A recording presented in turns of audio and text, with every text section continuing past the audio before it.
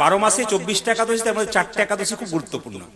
উত্থান একাদশী আসছে। উত্থান একাদশী যদি আপনারা কেউ করেন একটা লাভ আছে, কি বলুন তো? ভগবান শ্রীকৃষ্ণকে যুধিষ্ঠির মহারাজ জিজ্ঞেস করছে, পুরুষোত্তম উত্থান একাদশীর কথা বলো। 15 তারিখ 15 কার্তিক উত্থান একাদশী। তো ভগবান শ্রীকৃষ্ণকে জিজ্ঞেস করছে যে উত্থান একাদশী সম্বন্ধে কিছু বলো। কৃষ্ণ বললেন যে ব্রহ্মা নারদকে যে কথা বলেছে, হ্যাঁ, স্কন্দ পুরাণে, সেই কথাই তোমাকে বলি। কার্তিক মাসে শুক্লপক্ষের যে একাদশী, সে একাদশীটার নাম কি জেনে বলুন? ওটার নাম হচ্ছে উত্থান একাদশী। ভগবান শ্রীকৃষ্ণ আষাঢ় মাসের শুক্লপক্ষের একাদশীতে শয়ন করেন, আর কার্তিক মাসের শুক্লপক্ষের একাদশী উত্থান একাদশীতে ঘুম থেকে ওঠেন। এই জন্য ভগবান শ্রীকৃষ্ণ 15 কার্তিক ঘুম থেকে উঠবে, ওই জন্য ওই একাদশীর নাম উত্থান একাদশী। কি বললাম মায়েরা? দেখুন, ভগবান শ্রীকৃষ্ণ যদি উঠবে, আপনাদের কর্তব্য কি? একটু কীর্তন করা, খোল করতাল বাজানো, একটু আনন্দ করা, ভগবানকে জাগানো, উলুধ্বনি শঙ্খধ্বনি দিয়ে সেদিন ভগবানকে আসতে ভগবানকে জাগানো। উত্থান একাদশী কেউ যদি পালন করতে পারে, তাহলে শাস্ত্র বলছে যে 1000 অশ্বমেধ যজ্ঞের ফল লাভ করবেন। 1000 অশ্বমেধ যজ্ঞ, আর শত শত রাজ্য যজ্ঞের ফল লাভ করবেন। শুধু তাই নয়, যদি কেউ পর্বত সমান পাপ করে, সেই পাপ তার খণ্ডন হয়ে যায় এবং ভগবানের আশীর্বাদ পাওয়া যায়, যদি কেউ উত্থান একাদশী পালন করতে পারে। উত্থান একাদশীর একটা তত্ত্ব কি জানেন? যদি কোনো মুনি ঋষি সারা জীবন ধরে ধ্যান করে ভগবানকে পাওয়ার জন্য, আপনি যদি উত্থান একাদশী করেন, সেই মুনি ঋষির ধ্যানের ফল আপনি পেয়ে যাবেন। এই জন্য বারবার বলবো আপনাদের যে উত্থান একাদশী আপনারা পালন করুন। এবং উত্থান একাদশী পালন করলে কি হয়, আমাদের পূর্বপুরুষরা যারা মারা গেছে, যারা স্বর্গে আছে, তারা আরো আনন্দে থাকে এবং আমাদের আশীর্বাদ করেন। তাহলে এত লাভ যদি উত্থান একাদশীতে হয়, তাহলে আপনারা 15 কার্তিক অবশ্যই উত্থান একাদশী পালন করুন। যদি কেউ 12 মাসে 24টা একাদশী না পারেন, তাহলে 4টা একাদশী অবশ্যই করবেন মায়েরা। উত্থান একাদশী যেটা আসছে, সবাইকে বলবো অন্তত আপনারা সারাদিনে একবার কি দুবার খাবার খাবেন, একটু সবজি খেতে পারেন, একটু ফল খেতে পারেন, দুধ খেতে পারেন, হ্যাঁ, এইগুলো খেয়ে তো থাকতে পারেন। রোজা রাখছো না খেয়ে, আর আমরা ফল খেয়ে একটু থাকতে পারবো না? এক বছরে একটা দিনের জন্য নিশ্চয়ই থাকতে পারবেন, গোবিন্দের কৃপা পাবার জন্য। কিছু না করলে কিছু পাওয়া যায় না। তাই আপনারা শয়ন একাদশী, উত্থান একাদশী, পার্শ্ব একাদশী আর ভৈমা একাদশী যদি কেউ না পারেন, তবে 4টা আপনারা করবেন। আর যদি পারেন তাহলে তো অবশ্যই করতে পারবেন। মুসলিম সমাজে 30 দিন রোজা রাখা হয়। বাচ্চা থেকে বয়স্ক পর্যন্ত থুতু গেলে না, ভোর 4টে থেকে সন্ধ্যে 6টা পর্যন্ত। ভালো করে শুনবেন যে যেখানে বসে আছেন। আমাদের সেটা হিন্দুদের 30 দিনের কাছাকাছি হলো, 12 মাসে 24টা একাদশী হলো। জোরে বলুন হ্যাঁ না না, জোরে বলুন। ওনারা একসঙ্গে 30 দিন করে, আর আমাদের 12 মাসে কটা হলো? জোরে বলুন 24টা। ভালো করে শুনবেন যে যেখানে বসেন, যদি হিন্দুর রক্ত বইছে তবে শুনবেন। 12 মাসে কটা একাদশী মায়েরা? 24টা একাদশী আসছে। তারপর কি বলছে যে শয়ন উত্থান পার্শ্বমরা, তার মধ্যে ভীমে ছোড়া, বুড়োর 14 বুড়ির 8, এই নিয়ে কালকাল। শিব চতুর্দশী আছে, মা দুর্গার অষ্টমী আছে, জন্মাষ্টমী আছে। এরকম করে হিসাব করতে করতে আমাদের আরো 6টা হয়ে যায়। নিয়ে কটা হলো? 30টা ফাঁকে ফাঁকে। ওরা ভোর 4টে থেকে সন্ধ্যে 6টা পর্যন্ত থুতু গেলে না, আর আমাদের সকাল থেকে সন্ধ্যে পর্যন্ত একাদশী করলে আপনারা খাবার খেতে পাবেন, তবু করবে না। এইদিকে মায়াপুর নবদ্বীপে ধামে যাবেন, দেখবেন বিদেশ থেকে ইংরেজরা ছোট ছোট বাচ্চাগুলো ছুটে আসে, তারা বলে হরে কৃষ্ণা হরে কৃষ্ণা হরে কৃষ্ণা। সবচাইতে আশ্চর্যের ব্যাপার, ওরা বলতে পারে না তবু বলে। আর সবচাইতে লজ্জার ব্যাপার, আমরা বলতে পারি তবু বলি না। এই দিকে তাকাবেন, যদি হিন্দু হন একবারে গেঁথে নিয়ে যাবেন। আমি চেন্নাই চিকিৎসা করাতে গিয়েছিলাম, একজন মুসলিম ডাক্তার। সেই ডাক্তার দেখছি রোজার সময় 30টা দিন রোজা রেখেছে, চিকিৎসা করছে। ওর মা বাবা শিখিয়ে দিয়েছে, তুমি ইংল্যান্ড ফেরত ডাক্তার হও, আমেরিকা ফেরত ডাক্তার হও, তোমার ধর্মকে তুমি ছাড়বে না। প্রধানমন্ত্রী ছিলেন মনমোহন সিং, মাথার পাকড়ি কোনোদিন খুলে নাই। ওর মা বাবা শিখিয়ে দিয়েছে, ওনার মা বাবা, যে তুমি প্রধানমন্ত্রী হও আর রাষ্ট্রপতি হও, ধর্মকে ধরে রাখবে। সবচাইতে আমাদের লজ্জার ব্যাপার, সামান্য একটা চাকরি পেয়ে গেলে আমাদের লেজ ধরার ক্ষমতার কে নেই। বৃন্দাবনের প্রেমানন্দ মহারাজ, সবাই দেখো কখন, বৃন্দাবনের প্রেমানন্দ মহারাজ তার কাছে বিরাট কোহলি, যিনি আমাদের ভারতবর্ষের বিখ্যাত ক্রিকেটার, বিশ্বের 1 নম্বর, বিরাট কোহলি আর তার স্ত্রী অনুষ্কা তাকে প্রণাম করতে গিয়েছিল। সবচাইতে আশ্চর্যের ব্যাপার, বিরাট কোহলি দেশে দেশে বাড়ি আছে, তবু সে বুঝতে পেরেছে প্রেমানন্দের চরণে ঠাঁই নিতে হবে।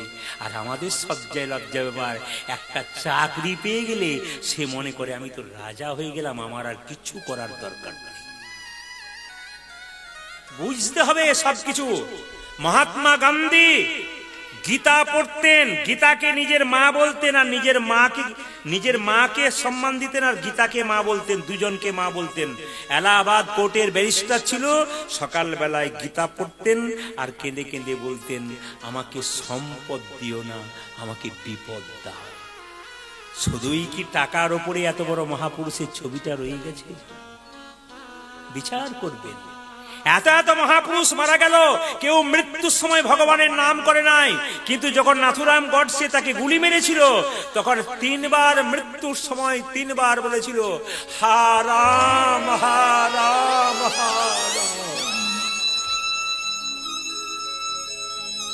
শিখে নিন, যদি হিন্দুর রক্ত শরীরে বইছে তবে শিখে নিন মহাপুরুষরা কি করে গেল, হা রামরা কি করল।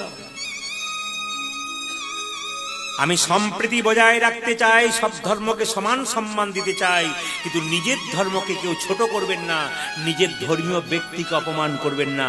যদি কোনো হিন্দু হয়ে হিন্দু ধর্মের মানুষকে অপমান করে, কানে আঙুল দিয়ে চলে যাবেন, ওইসব লোকের দিকে একবারও তাকাবেন না।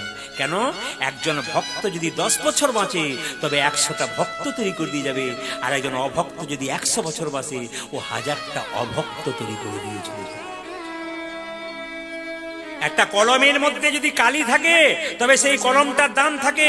কলমের মধ্যে কালি না থাকলে কলমের কোনো দাম থাকবে না। আপনার গাড়ি বাড়ি টাকা পয়সা ধন দৌলত আছে, কিন্তু আপনার বিবেক নাই, আপনার জীবনে কোনো দাম নেই। শুনে নিন একবারে বড় বড় মহাপুরুষের কথা। যদি চৈতন্য জাগে, এখানে ছোট ছোট বাচ্চা দুটো বসে আছে, খালি কি বলছে না, হ্যাঁ হ্যাঁ হ্যাঁ, তার মানে কি পূর্বজন্মে কীর্তন শোনা অভ্যাস আছে, পূর্বজন্মে স্বীকৃতি আছে। আপনারা যত না শুনছেন, ওই বাচ্চাটা হ্যাঁ হ্যাঁ হ্যাঁ দিয়ে যাচ্ছে। কেন? ও বুঝতে পেরে গেছে আসল জিনিসটা কি। অনেক মায়ের আমাকে ফোন করে বলে, আমার ছেলে কম বয়সে একাদশী শুরু করলো আপনার কীর্তন শোনার পর। আমার সেটা আপনার গর্বের ব্যাপার। যে মা তার সন্তানকে জন্ম দেয় কৃষ্ণ ভক্ত, তার তো রত্নগর্ভা বলা হয়। আপনার যে যদি সন্তান কৃষ্ণ ভক্ত হয়, জানতে হবে আপনার গর্ভটা রত্নগর্ভা, এমনি এমনি গর্ভ নয়। স্বামীজি বলেছেন একটা কথা, as a lamp does not burn without oil.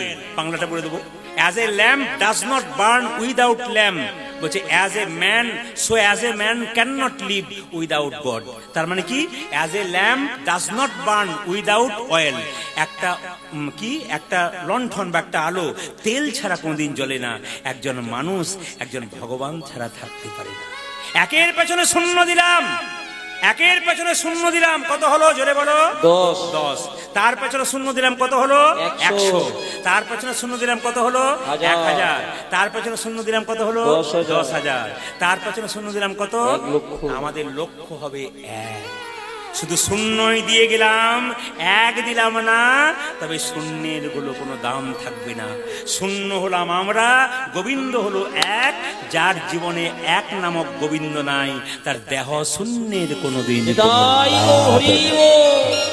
ওই জন্য প্রতিটি হিন্দু সনাতন ধর্মের মানুষের কাছে এই প্রদীপ পালের আহ্বান রইল, কৃষ্ণ ভক্ত হন, হরিনাম শুনুন, কৃষ্ণ ভক্ত হন, ছেলে মেয়েদের কৃষ্ণ ভক্ত তৈরি করুন, উচ্চ শিক্ষায় শিক্ষিত করুন, উচ্চ পদে নিয়োগ হোক, কিন্তু ভগবানকে যেন ভুলে না যায়, এ কথা মাথায় রাখবেন সবাই। এই সুন্দর সুন্দর কথাগুলো আপনাদের সামনে মাঝে মাঝে বর্ণনা করব, আপনার একটু মন নিবেশ করে শুনুন। রাহানি কেঁদে কেঁদে বলছে, ললিতা রে, মায়েরা আমি গোবিন্দকে আনতে যাব, তুই চরণের ধুলো দে। ওগো রাধে, ওগো দে চরণের ধুলা,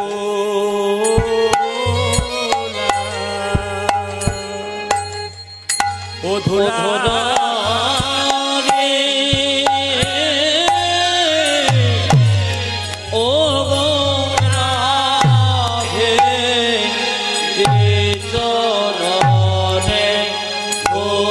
Oh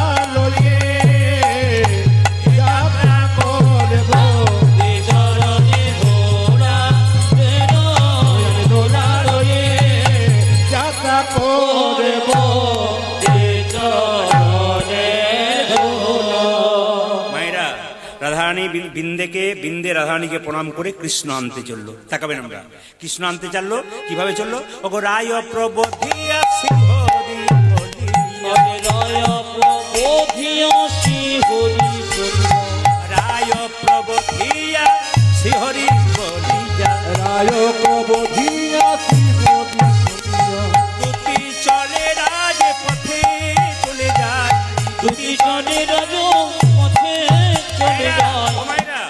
ঘর থেকে বেরোনোর সময় দুটো জিনিস দেখলে খুব যাত্রা ভালো হয়। কি বলুন তো? একটা গাভী, একটা ব্রাহ্মণ। শাস্ত্র বলছে যাত্রা শুভ হয় ঘর থেকে বেরোলে গাভী আর ব্রাহ্মণ দেখলে। কি বলছে?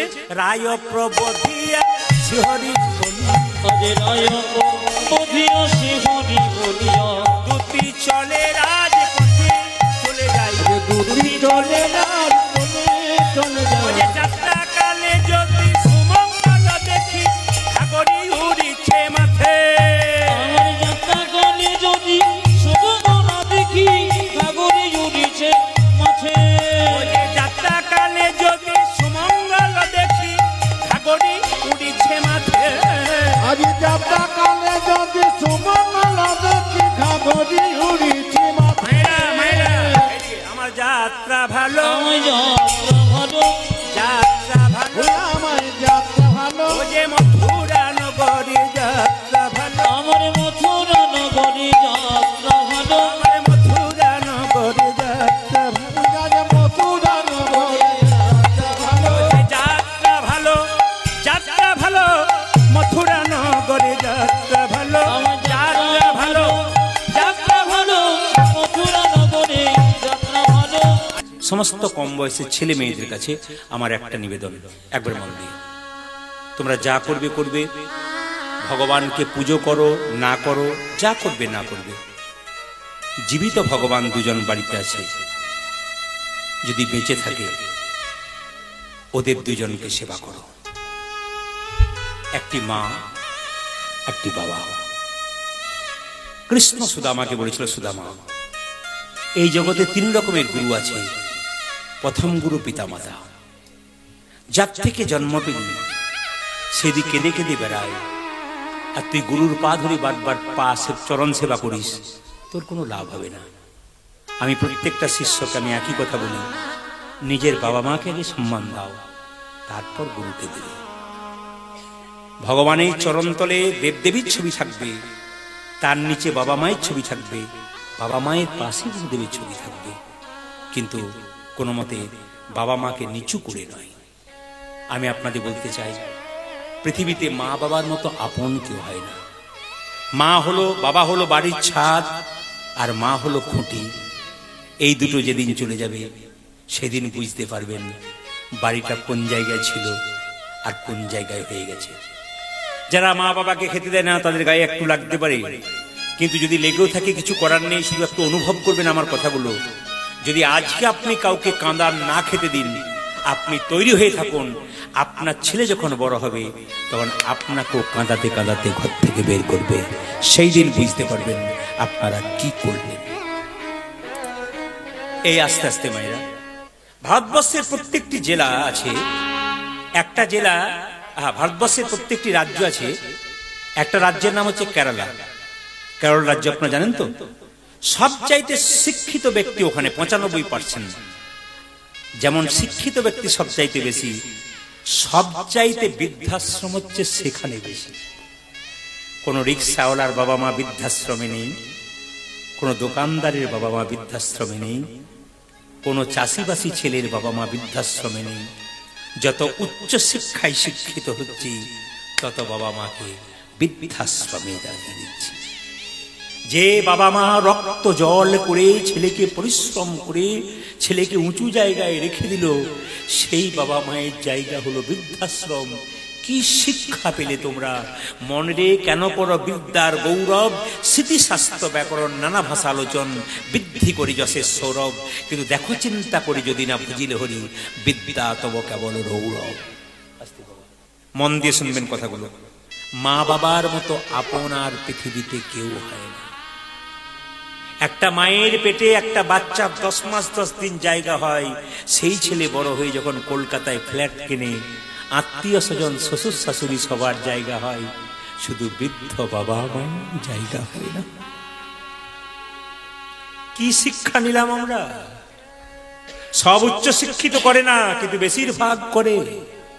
ওই জন্য বারবার বলবো, কাঁদালে কাঁদিতে হয় এ কথা মিথ্যা নয়। যে যেমন কর্ম করে তার ফল সেরকম ভোগ করতে হয়। বাচ্চাটাকে শব্দ বন্ধ করুন। আপনাদের কাছে নিবেদন রইল, মায়ের কথা যখন বলতে এলাম তখন আপনাদের বলে যায় যে এখানে বসে আছেন, মা হলো মিথ্যেবাদী। আস্তে, মা হলো মিথ্যেবাদী। এত মায়ের কথা বললেন, তারপর মা মিথ্যেবাদী। আপনাদের কাছে একটা নিবেদন রইল, যে যেখানে আছেন, ইউটিউব আপনারা ফেসবুক অনেক দেখেন, কিছু কিছু সব কীর্তনীয় একটা করে শত্রু থাকে। আমার দেখবেন ইউটিউবে 2-4টা শত্রু আছে, দেখবেন আমার বিরুদ্ধে কথা বলে। এই যে বললাম মা হলো পৃথিবীর সবচেয়ে মিথ্যাবাদী, সব কথাগুলোকে বাদ দিয়ে দেখুন প্রদীপ পাল কি বলছে, মা হলো সবচেয়ে, আর বাকি কথাগুলো দেবে না। আপনি ভাববেন তাহলে সত্যি তাই বটে বোধহয়। এরকম কিছু পার্টি কিন্তু ইউটিউবে উঠেছে। কেন? এরা জানে যে ভালো মানুষের নিন্দা একটু করতে পারলে আমাদের টাকা রোজগার হবে, আপনারা যত দেখবেন। কিন্তু এত গালাগাল দেয় লোকে, প্রচুর গালাগাল দেয়। আমরা গোটা গানটা শুনেছি, আর তুমি কি মন্তব্য করছো করে। তবু কিন্তু ওরা ছাড়বে না, কারণ স্বভাব কারো কোনোদিন পরিবর্তন হয় না, টাকা রোজগার জন্য করে। তো যাই হোক, আমি বলি মা হলো মিথ্যেবাদী। কেন বলুন তো? খাবার রান্না করার পর সবাইকে দিয়ে দেয়, শেষে জিজ্ঞেস করি, মা তুমি খেয়েছো? আমি অনেকক্ষণ আগে খেয়েছি বাবা, আমার পেট ভরে গেছে। খাই না, শুধু দিয়েই মা খুশি হয়। মায়ের পেটটা ভরে যায় শুধু সন্তানের খাবার দেওয়া। এত বড় পৃথিবীতে যার জন্য এলাম, যে মা এত ভালোবাসলো, তাকে যদি আমরা ঋণ শোধ করতে না পারলাম কি করবো? পুজোর সময় যে বাবাটা পরিশ্রম করলো, অক্লান্ত পরিশ্রম, ছেলেকে একটা জামা প্যান্ট কেনার জন্য, নিজে একটা ছেঁড়া জামা কাপড় পরে বসে আছে, তবু ছেলে যদি একটু ভালো জামা কাপড় রাস্তায় ঘুরে, বাবার কত না আনন্দ। কি শিখলাম কীর্তন শুনে আমরা? এই যে আপনারা কীর্তন শুনছেন, আমার মনে হয় 6টায় আরম্ভ হয়েছে না? পুরো 6টাতে আরম্ভ হয়েছে। এখন বাজছে, হ্যাঁ, ওরা 5:30টায় বসেছে, আমি 6টায় এসেছি। এখন কিন্তু বাজতে চললো 10টা। তার মানে প্রায় 4 ঘন্টার উপরে গান হতে চললো। কিন্তু আপনারা বসে আছেন, এইরকম আসর যে আপনারা দেখছেন, এটা প্রতি জায়গাতে দেখতে পাবেন। আমার বাবা মায়ের আশীর্বাদে, আপনাদের আশীর্বাদে প্রতিটি জায়গাতে আমাকে বলতে, আপনারা উঠুন, তারপর উঠুন। এই জিনিসটা সব জায়গায় দেখা যায়। কেন? অনেকে বলেন আপনার কীর্তনে জীব শিক্ষা পাই, পদাবলী পাই বলে আমাদের মনে হয় একটু শুনলে ভালো, আকাঙ্ক্ষা থেকে যায়। তো বলে যায় মা হলো মিথ্যেবাদী। ছেলে যদি স্কুলে যায়, মা পকেটে 5 টাকার জায়গায় 10 টাকা ভরে দেয়। মা 5 টাকা দরকার, 10 টাকা দিলে কেন? রাস্তায় যদি সাইকেল খারাপ হয়ে যায়, কোন রকম ব্যবস্থা করে আসবি, তোকে দিয়ে দিলাম। মা। মেয়েরা দেখবেন বাপের বাড়ি যায় না। কখন থেকে? যখন থেকে মা বাবা মারা যায়। এবছর ভাইফোঁটার সময় আমার পাশের বাড়ি একটা মেয়ে ভাইফোঁটা দিতে গিয়ে গাড়িতে না চেপে ফিরে আসছে। বললাম, তুমি কাঁদছো কেন? কিছু হলো নাকি? তুমি যাচ্ছিলে, ফিরে এলে কেন? দাদা, আমার মা বাবা নেই তো, একটি দাদা বৌদি আছে।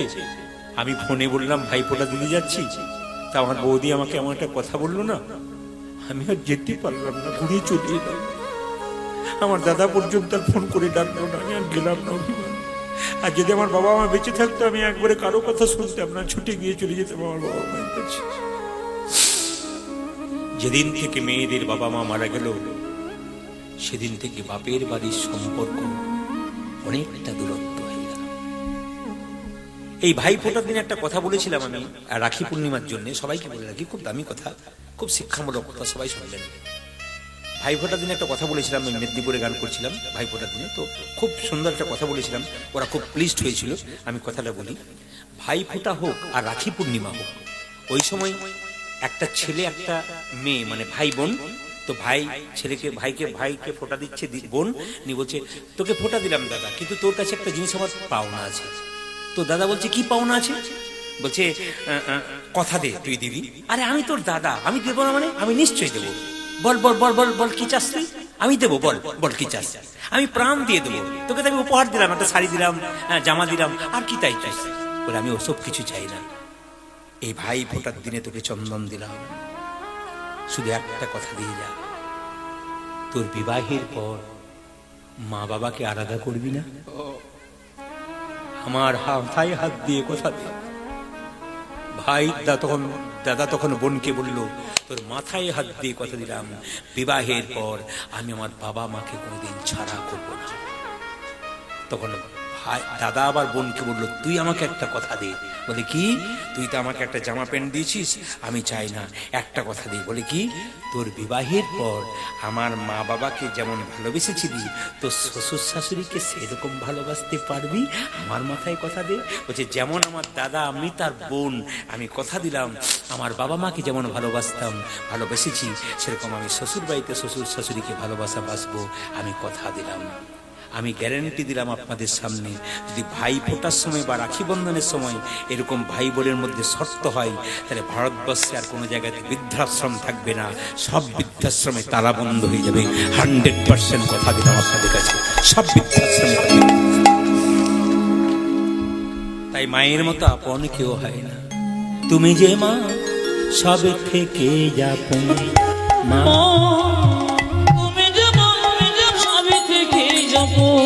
মা গো তুমি যে মা সবে থেকে আপন মা, তুমি যে মা সবে থেকে আপন।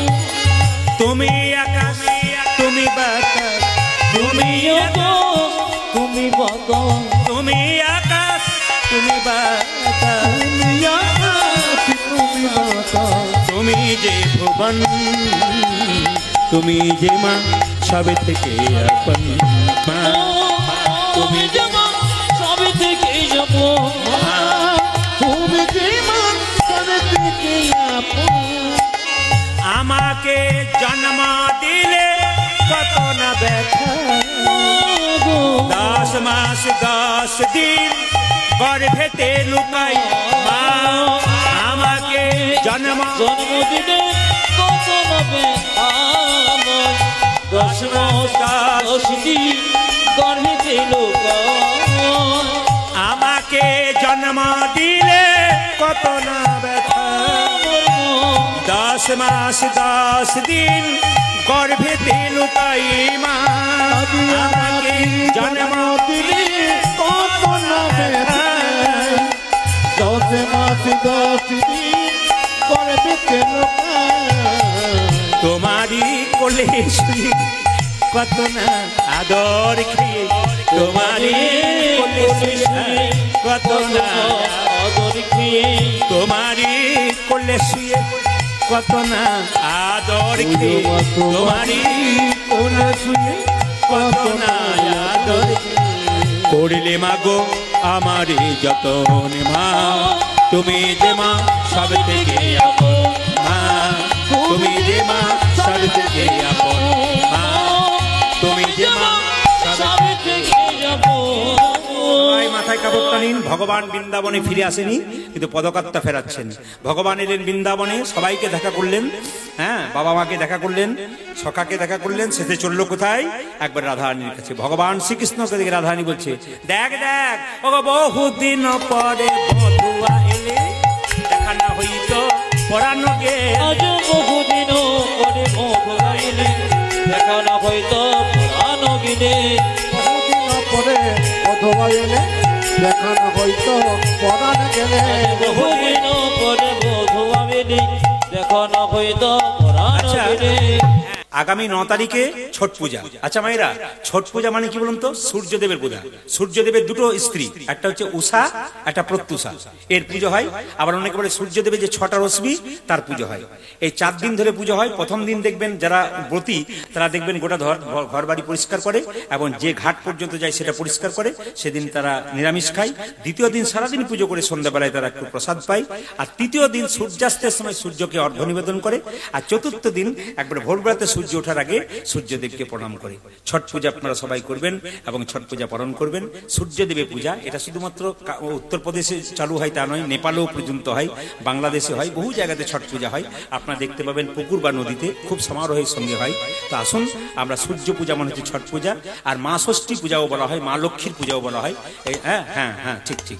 তো এই পূজা আপনারা করবেন। সবাই একটু মাথায় কাপড়টা নিন, ভগবান ফিরে আসছে। একবার প্রেম সেই করজোরে বসুন। ওগো বহুদিন পরে বধুয়া এলে, দেখা না হইতো পরাণ গেলে। আজ বহুদিন পরে বধুমাইলে, দেখা না হইতো পরাণ গেলে। দেখা হতো না, দেখা হতো না, দেখা হতো না, আজ দেখা হতো না, পরাণ গেলে আরে দেখা হতো না। পরাণ গেলে আমার দেখা হতো না।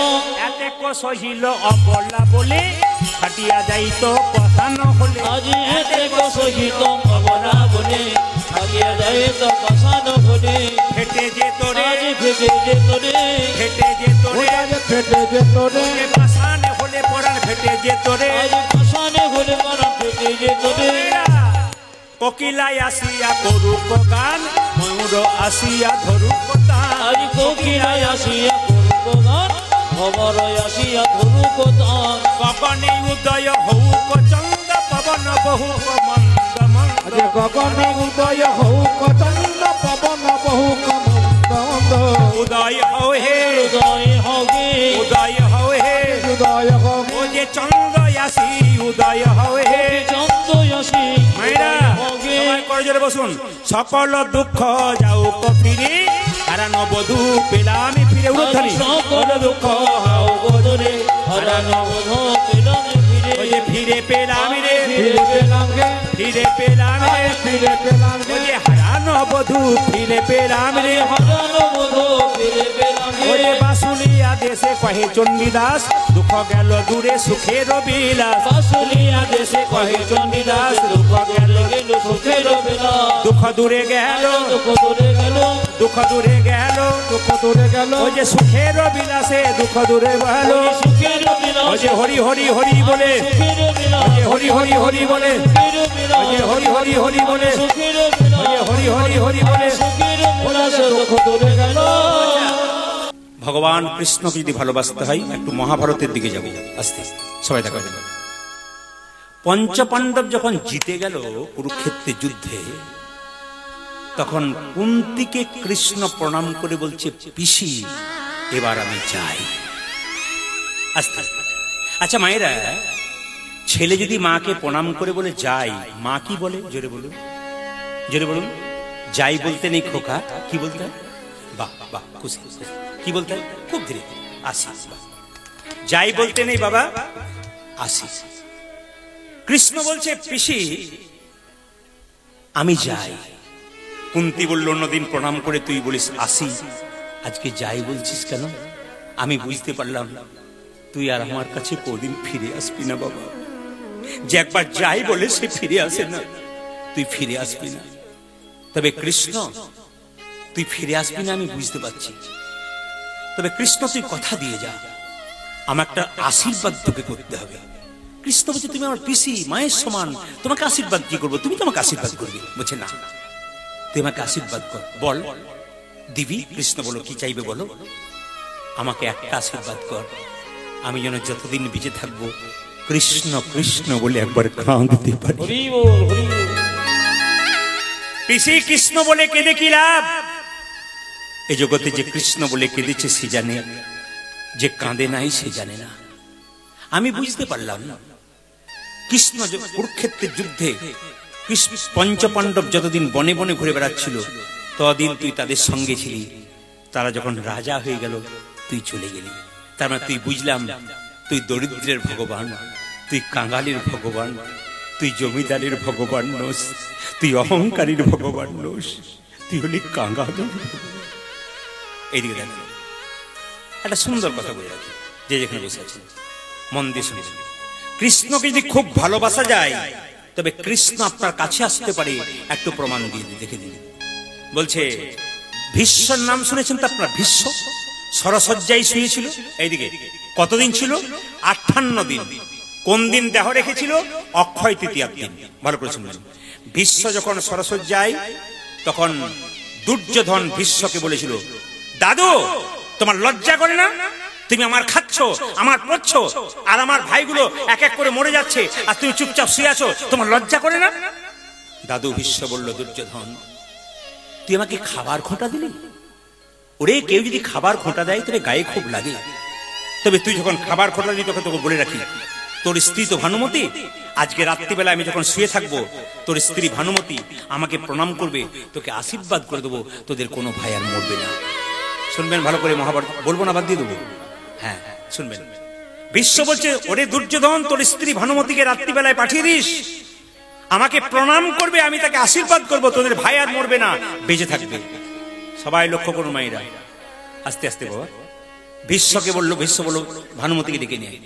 রাত্রিবেলায় ভানুমতিকে দুর্যোধন বলছে, ভানুমতি দাদুর কাছে চলে যাও, দেখবে দাদু তোমাকে প্রণাম করবে, দাদুকে তুমি প্রণাম করবে, দাদু তোমাকে আশীর্বাদ করে দেবে, আর কোনো ভাই মরবে না। ভানুমতি বলল, না আজকে যাব না, রাত্রিবেলায় যাব না, কাল সকালে যাব। মায়েরা, কাল কাল করে জীবনের কালটাকে নষ্ট করে দেবেন না। কাল করব বলে রাবণ স্বর্গের সিঁড়ি বাঁধতে পারে না। আজকে কীর্তন শুনতে এসছেন, রাত্রিবেলায় বাড়ি ফিরবেন গ্যারান্টি নাই। মৃত্যু আর ঘুম ভাই ভাই, মৃত্যু আর ঘুম ভাই ভাই, জাগলে সকাল, না জাগলে পরকাল। রাত্রিবেলায় কীর্তন শুনে বাড়ি যাবেন, যদি জাগেন সকালবেলায় তাহলে সকাল, আর না জাগলে আপনার জীবনে পরকাল হয়ে যেতে পারে। সবাই তাকাবেন যে যেখানে বসে আছেন। ভীষ্ম যেই না বলেছে, দুর্যোধন যেই না বলেছে যাও, বলেছে যাব না, এদিকে কৃষ্ণ চলে গেছে রাত্রি 12টার সময় দ্রৌপদীর কাছে। মনে মনে ভাবছে, আমি তো পঞ্চপাণ্ডবের পক্ষে আছি, যদি পঞ্চপাণ্ডব মরে যায় তাহলে আমাকে ভগবান বলে কেউ ডাকবে না। রাত্রি 12টার সময় দ্রৌপদীর দরজায় ধাক্কা দিয়েছে কৃষ্ণ, চিৎকার করে বলছে, দ্রৌপদী দ্রৌপদী দ্রৌপদী। কে কে? আমি। তুমি কে? আমি কৃষ্ণ। প্রভু অসময়ে তুমি আমায় ডাকলে কেন? উত্তরগুলো শুনবেন। কৃষ্ণ বলছে, আমি যাকে ডাকি তার কোনো সময় নাই, কাকে যে কখন ডাকবো তার কোনো সময় নাই। অসময়ে নয়, আমি যখন। এত রাত্রিতে ডাকলে কেন? আজকে সুযোগ, দাদু ভীষ্ম শুয়ে আছে, দ্রৌপদী তুমি মাথায় কাপড়টা নিয়ে একবার তার পায়ে প্রণাম করে দাও, দেখবে আশীর্বাদ পেয়ে যাবে। সবাই তাকান, সবাই তাকান। এখন যেই না দ্রৌপদী মাথায় কাপড়টা নিয়ে ভীষ্মের কাছে চলে যাচ্ছে, অমনি কৃষ্ণ পেছনে দাঁড়িয়ে আছে। কৃষ্ণ বলল, দ্রৌপদী দাদুর কাছে যেতে গেলে, গুরুজনদের কাছে যেতে গেলে পায়ের জুতোগুলো খুলে যেতে হয়, পায়ের জুতোগুলো খুলে যাও। দ্রৌপদী মনে মনে ভাবছে, সত্যি তো জুতোগুলো খুলতে হবে। যেই না জুতো দুটো খুলে রেখেছে, অমনি কৃষ্ণ সঙ্গে সঙ্গে দ্রৌপদীর জুতো জোড়া বুকে ধরে বারবার কাঁদছে। দ্রৌপদী পেছন ফিরে বলছে, প্রভু ভক্ত ভগবানের চরণ ধরে কাঁদে,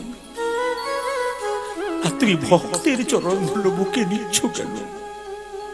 কৃষ্ণ বলছে, দ্রৌপদী জগতে সবাই তোমায় চরণ চায়, আমার চরণ পেয়ে ভক্ত কত খুশি হয় আমি অনুভব করতে পারি না। এই ভগবানের চরণ দুটো ধরে আমি অনুভব করতে, ভক্তের চরণ দুটো অনুভব করতে চাই। ভক্তের চরণ ধুলোতে কত আনন্দ আছে, ভক্তকে ভগবান কত ভালোবাসে। দেখুন দ্রৌপদীকে কৃষ্ণ বলছে, কেউ তো আমায় চরণ দেয় না, ওই জন্য তোমার জুতো জোড়া ধরে আমি বুকে ধরে কাঁদছি। দ্রৌপদী বলল, তুমি চাইলেই তোমাকে দিতাম। কৃষ্ণ বলছে, দিতে? বলে হ্যাঁ। তোমার পাপ হতো না? বলে না। এ দেহ যদি তোমার হয়, এই চরণটা কি আমার? এ দেহ যদি তোমার, এই চরণটাও তো তোমার। তোমার জিনিস তোমাকে দেবো, তার জন্য আবার দুঃখের কি আছে? ওগো গোবিন্দ, যা কিছু আমার সকলই তোমার, আমারই কেবল তুমি। জীবনে মরণে জনমে জনমে প্রাণনাথ। কীর্তন কেমন জিনিস দেখুন। এখনই হাসছিলেন, এখনই হাতে তালি দিচ্ছিলেন। কীর্তন এরকমই হওয়া দরকার। ভক্ত চোখের জলে ভাসবে, ভক্ত স্টোভ হয়ে যাবে। আমার গুরুদেব আমাকে বারবার বলতেন, তিনি চলে গেছেন শক্তিপদ দাস বৈষ্ণব, প্রথম আমাকে কীর্তন শিখিয়েছিলেন। তখন বেতন ছিল মাত্র 20 টাকা। 20 টাকায় আমাকে কীর্তন শেখাতে আসতেন শীতের রাত্রিতে, বয়স্ক মানুষ। তিনি আশীর্বাদ করেছিলেন আমাকে যে তোর ওই ধার দেখে বুঝলাম জীবনে কিছু করতে পারবি, তবে বাবা একটা কাজ করিস, কৃষ্ণ বলে কাঁদিস, জগতের মানুষকে কাঁদাস, কিছু শিক্ষা দিয়ে যাস যেন চৈতন্য হয়। মহাপ্রভুর মতো তো পারবি না, কিন্তু মহাপ্রভু পথগামী হয়ে মহাপ্রভু যেমন জীবকে উদ্ধার করেছে, একটু কৃষ্ণ কথা বলে জীবকে উদ্ধার করার চেষ্টা করবি। গুরুদেবের আশীর্বাদ ভক্তের মাথায় থাকলে অনেক কিছু হয়।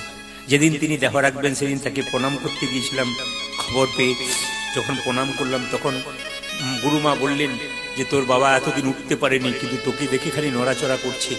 আমি গেলাম, আমার মাথাটাকে এরকম করে ধরে মুখটাকে এরকম করে চোখের জলে ভাসলো। আমি বাড়ি ফিরে এলাম, শুনলাম বিকালবেলায় গুরু বাবা চলে গেলেন। কিন্তু তিনি যে সম্পদ দিয়ে গেলেন, তিনি একজন বিখ্যাত কবিয়াল ছিলেন এবং তিনি বিখ্যাত বাজুয়ে ছিলেন, খোল বাদক, এবং তখনকার দিনে 4 ক্লাস পড়া ছিল। কিন্তু এত সুন্দর সংস্কৃত বলতাম যে আমি বাংলা পড়াশোনা করেও আমি কিন্তু কিছু উদ্ধার করতে পারতাম না। তিনি এত সুন্দর বলতেন, চোখ দুটো মুজে মুজে, এত জ্ঞানী মানুষ।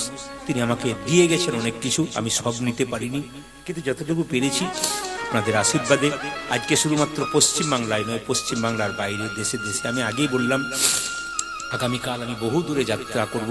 আমি কোনোদিন যাইনি, বিশাখাপত্তনম পেরিয়ে দণ্ডকারণ্য মানে রামচন্দ্রের গুরুদেবের জায়গা, সেই যেখানে রামচন্দ্রের গুরুদেব বাস করতেন সেখান থেকে হ্যাঁ হ্যাঁ হ্যাঁ ওই জায়গাটা আমি যাব। এখন কথা হচ্ছে যে আশীর্বাদ করবেন, ওখান থেকে সে আবার কলকাতায় গান করে ফ্লাইট ধরে আবার আসাম যাব, গুয়াহাটি। তা আমাদের প্রচুর দূরে দূরে যেতে হয়, প্লেনে যেতে হয়, ট্রেনে যেতে হয়, 4 চাকাতেও যেতে হয়। আপনাদের আশীর্বাদ ছাড়া এত দূর দূরান্ত যেতে পারি না। আগামীতে ভবিষ্যতে অনেক বিদেশ থেকে কল আসে, কিন্তু আমরা সময় দিতে পারি না, এদিকে প্রচুর চাপ বলে যেতে পারি না। তো যাই হোক, আপনাদের আশীর্বাদ থাকলে নিশ্চয়ই যেতে পারবো। শুধু একটা কথা আপনাদের বলতে চাই, যেই না দ্রৌপদী এই কথাটা বলেছে, দ্রৌপদী ভেতরে ঢুকেছে, আর সঙ্গে সঙ্গে দাদু ভীষ্মকে প্রণাম করে দিয়েছে, আর সঙ্গে সঙ্গে বললো, হ্যাঁ কি বললো, তো স্মৃতি সিঁদুর দীর্ঘায়ু হোক। যেই না দীর্ঘা হোক বলেছে, আর দ্রৌপদী কাপড়, মাথার কাপড়টা খুলে বলল, দাদু, দ্রৌপদী তুই? আমি ভানুমতির আসার কথা তুই কি করে জানলি? তুই এই গোপন কথা কি করে জানলি? দুর্যোধন জানে আর ভানুমতি জানে, তুই কি করে জানলি? দ্রৌপদী বলল, দাদু, এই জগতে গোপনে যতই ঘটনা ঘটুক, কেউ জানুক আর না জানুক, কৃষ্ণ জানে, সে আমাকে ডেকে এনেছে। ভীষ্ম বলল, কৃষ্ণ কই? তোমার দরজায় এলো না কেন? দ্রৌপদী বলল, কৃষ্ণ সবার দরজায় দাঁড়িয়ে আছে, যে তাকে ডাকে তার বাড়ি যায়, যে তাকে ডাকে না তার বাড়ি। কৃষ্ণ সবার দরজায় দাঁড়িয়ে থাকে বাবা, যদি ডাকার মতো কেউ ডাকতে পারে তবে তার বাড়ি যায়, যে ডাকতে পারে না সে শুধু চোখের জল। ভগবান বলল, কিচ্ছু দরকার নেই, শুধু একটু কৃষ্ণ বলে কাঁদো বাস, তুমি কাঁদলেই আমি খুশি হয়ে যাব, শুধু প্রাণ ভরে দাও, আমার নাম করো, আমি খুশি হয়ে যাব। দাদু ভীষ্ম যেই না কৃষ্ণকে ডেকেছে, কৃষ্ণ, কৃষ্ণ গিয়ে বলল, ভীষ্ম, বলে হ্যাঁ, বলে কি চাও? শুধু জানতে চাই তোমার কাছে আমি যে তীরবিদ্ধ স্বরবিদ্ধ হয়ে শুয়ে আছি, আমি তো কোনো পাপ করি নাই। বলে, দাদু তোমার 7 জন্মের কথা মনে করো? বলে, 7 জন্ম মনে করলাম, আমি কোনো পাপ করি নাই। 8 জন্মের কথা মনে আছে? বলছে, আমার মনে নাই, তবে 8 জন্মে তুমি ছিলে একজন রাজপুত্র, তুমি খুব অহংকার ছিল, বেতের লাঠি নিয়ে রাস্তা দিয়ে ঘুরে বেড়াতে। একদিন একটা বিষধর সাপ দেখতে পেয়ে সে বেতের লাঠি দিয়ে বিষধর সাপটাকে তুমি কাঁটার ঝোপে ফেলে দিয়েছিলে। বিষধর সাপটা কাঁটার ঝোপে ছটপট ছটপট করে বলেছিল, হে জগন্নাথ, তুমি জগতে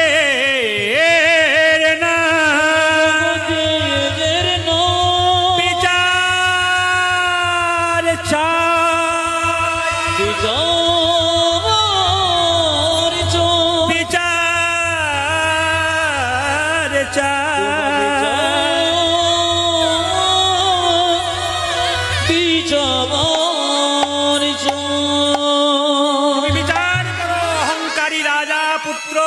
রাজপুত্র আমাকে কাঁটার ঝোপে ফেলে দিয়ে আমার এত বড় বংশ আমাকে বাঁচাতে পারলো না, ওকে অভিশাপ দিলাম, একদিন আমার মতো কাঁটাই বিদ্ধ হয়ে ওর মৃত্যু হবে, কেউ বাঁচাতে পারবে না। এই জন্মে যেমন কর্ম করবেন, পরের জন্মে সেই ফল আপনি পাবেন। ব্যাংকে 50,000 টাকা জমা দিলে 10 বছর পর ডবল হবে। আপনি কাউকে একটা খারাপ কথা বলবেন, ওটা ব্যাংকে জমা রইল, আপনার যখন ঠিক সময় আসবে ওটা ডবল হয়ে আপনার কাছে ফিরে আসবে। তাই কাউকে এমন কিছু কথা বলবেন না যে কথাতে সে আঘাত পাবে। আজকে সে কাঁদবে, তুমি হাসবে, কিন্তু ডবল হয়ে যেদিন ফিরে পাবে সেই দিন বুঝতে পারবে তোমার কি হবে। ভগবান শ্রীকৃষ্ণকে বিন্দে যাচ্ছে আনতে, সবাই লক্ষ্য করুন, যেই না বিন্দে গেছে অমনি সঙ্গে সঙ্গে কৃষ্ণ, সবাই কথাগুলো শুনবেন, কৃষ্ণ বলছে কে তুমি, কে তুমি? বিন্দে বলছে আমি বৃন্দাবনে বাস করি, বনে বাস করি নিরবধি। বলছে কি নাম তোমার? তখন সঙ্গে সঙ্গে বিন্দে বলছে কি জানি দেশেতে, কি জানি গ্রাম, কি জানি রাজার, কি জানি নাম, কি জানি হয়তো কাহারও দাসী, এখানে এসে সব ভুলে গেছি।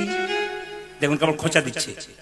কৃষ্ণ তো সব ভুলে গেছে বৃন্দাবন থেকে মথুরা এসে, ওই জন্য কৃষ্ণকে বলছে বিন্দে দুতি আমি কোথা থেকে এলাম তুমি জিজ্ঞেস করছো? একটা উত্তর, কি জানি দেশেতে, কি জানি গ্রাম, কি জানি রাজার। মাথুর গানে কি ছন্দ দেখুন, কি জানি দেশেতে, কি জানি গ্রাম, কি জানি রাজার, কি জানি নাম, কি জানি হয়তো কাহারও দাসী, এখানে এসে সব ভুলে গেছি।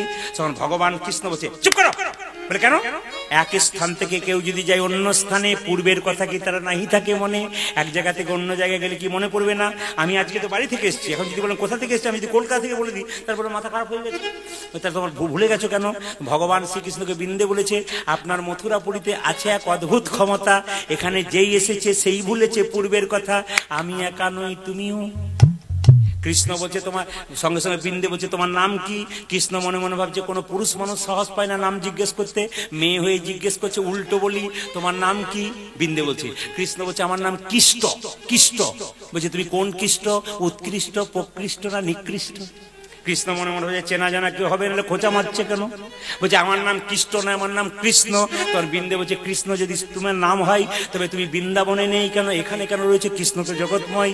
কৃষ্ণ বলছে বেশ চালাক মেয়ে বটে তো, খোঁচা দিয়ে বলছে আমার নাম কৃষ্ণ নয়, আমার নাম কৃষ্ণ নয়, আমার নাম মদন মোহন। তখন বিন্দে বলছে রাধা বামে যতক্ষণ, কৃষ্ণ মদন মোহন তোমার রাধা কই?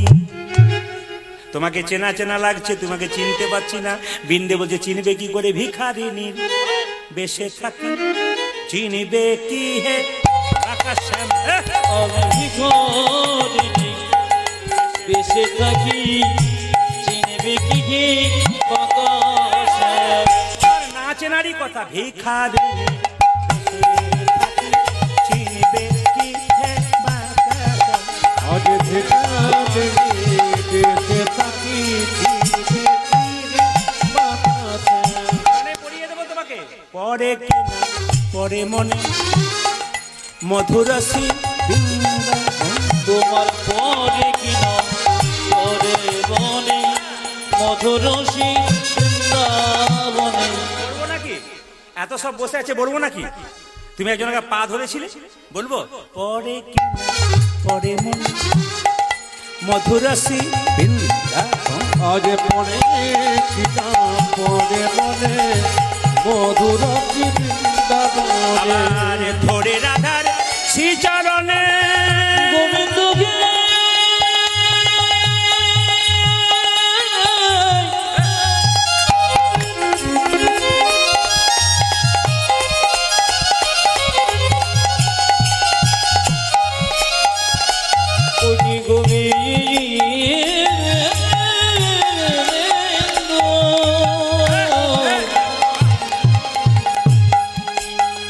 ঘরে রাধা শ্রীচরণে ভাঙাইনে মা পরে গেলে পরে মনে মধুরসী। ও যাজ পরে কিনা পরে মনে মধুর বৃন্দাবনে। কত কথায় কাজ নেই, তুমি বলো কি জন্য এসছো? আমি এসছি বিচার যাইতে। কি বিচার? এক শ্যাম সুখ পাখি সুন্দর নিরকি ধরিনু নয়ন ফাঁদে। একটি শ্যাম সুখ পাখি সুন্দর নিরকি ধরে নয়ন ফাঁদে। একটা পাখি ধরেছিলাম, এক শ্যাম সুখ পাখি সুন্দর নিরকি ধরিনু নয়ন ফাঁদে। ও যাজ শ্যাম সুখ পাখি সুন্দর নিরকি ধরিল নয়ন ফাঁদে। পাখি শিকল কাটিয়া আইল উড়িয়া, শিকল কাটিয়া আইল উড়িয়া, শিকল কাটিয়া আইল উড়িয়া। শিকল কাটিয়া আইল উড়িয়া।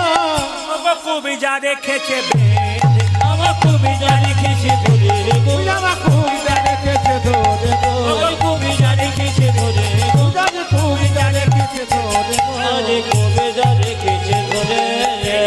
এই যে রাজা বলে পাবো কি না হে, পাবো কে নাহি, পাবো কি না হে, আরে পাবো কিনা ওই যে হে বিচার করে বলে দাও পাবো কি না হে। বিচারি কোনে বলে দাও পাবো কে নাহি। এই যে বিচার হচ্ছে বিচার হচ্ছে বিচার হচ্ছে বিচার হচ্ছে। আচ্ছা মায়েরা কিছু মনে করবেন না, এক জায়গায় বিচার হয়, আপনার একটু বলবেন। একটা জায়গাতে আমরা বিচার করতে যাই, বিচারের জন্য যাই, তখন কিন্তু একটা জিনিসে হাত দিয়ে বলি, যাহা বলিব সত্য বলিব। বাহ, দেখেছেন কেমন? আচ্ছা কোথায় একটু জায়গাটা বলবেন, যাহা বলিব সত্য বলিব, সত্য এর আগের জন্ম থেকে কোর্টে যাওয়া অভ্যাস আছে, কারণ এ সব জানে। দেখুন আপনার বলাকে কোর্টে বলছে, তার মানে আগের জন্ম থেকে যাওয়া অভ্যাস আছে। খুব ভালো, খুশি, আশীর্বাদ করি, ভালো থাক। মায়েরা কি বলছে, এক জায়গাতে বলে কি, যাহা বলিব সত্য বলিব, সত্য ছাড়া মিথ্যা বলিব না। কোথায় বলে? কোর্টে বলে না? হ্যাঁ, আচ্ছা বলুন তো, ওইটার ভেতরে একটা জিনিস থাকে। আপনার তো হচ্ছে গীতা, এক জায়গায় বলেছিলাম এই লাল কাপড়ের ভেতরে বাঁধা থাকে, ওটা কি বলুন তো? একটা আসলে একজন বলছে যন্ত্র টন্ত্র কিছু একটা হবে বোধ হয়, মানে কিছুই বুঝে না আর কি। কিন্তু গীতাটাকে হাত দেওয়ার পরে দেখবেন ঝুরি ঝুরি মিথ্যা বলতে শুরু করে, বলে না? এই বিচার চাই, বিচার চাই, বলে বিচার তো করবো। বলো পাখি ধরেছিলে কোথায়? ফাঁদে ধরেছিলাম। বলে কোথায় ফান ছিল আর কোথায় পাখি ছিল? পাখি ছিল কদম্ব ডালে, পাখি ছিল কদম্ব ডালে, পাখি ছিল কদম্ব ডালে, পাখি ছিল কদম্ব ডালে। পাখি তো কদম্ব ডালে, ফাঁদ কোথায় ছিল?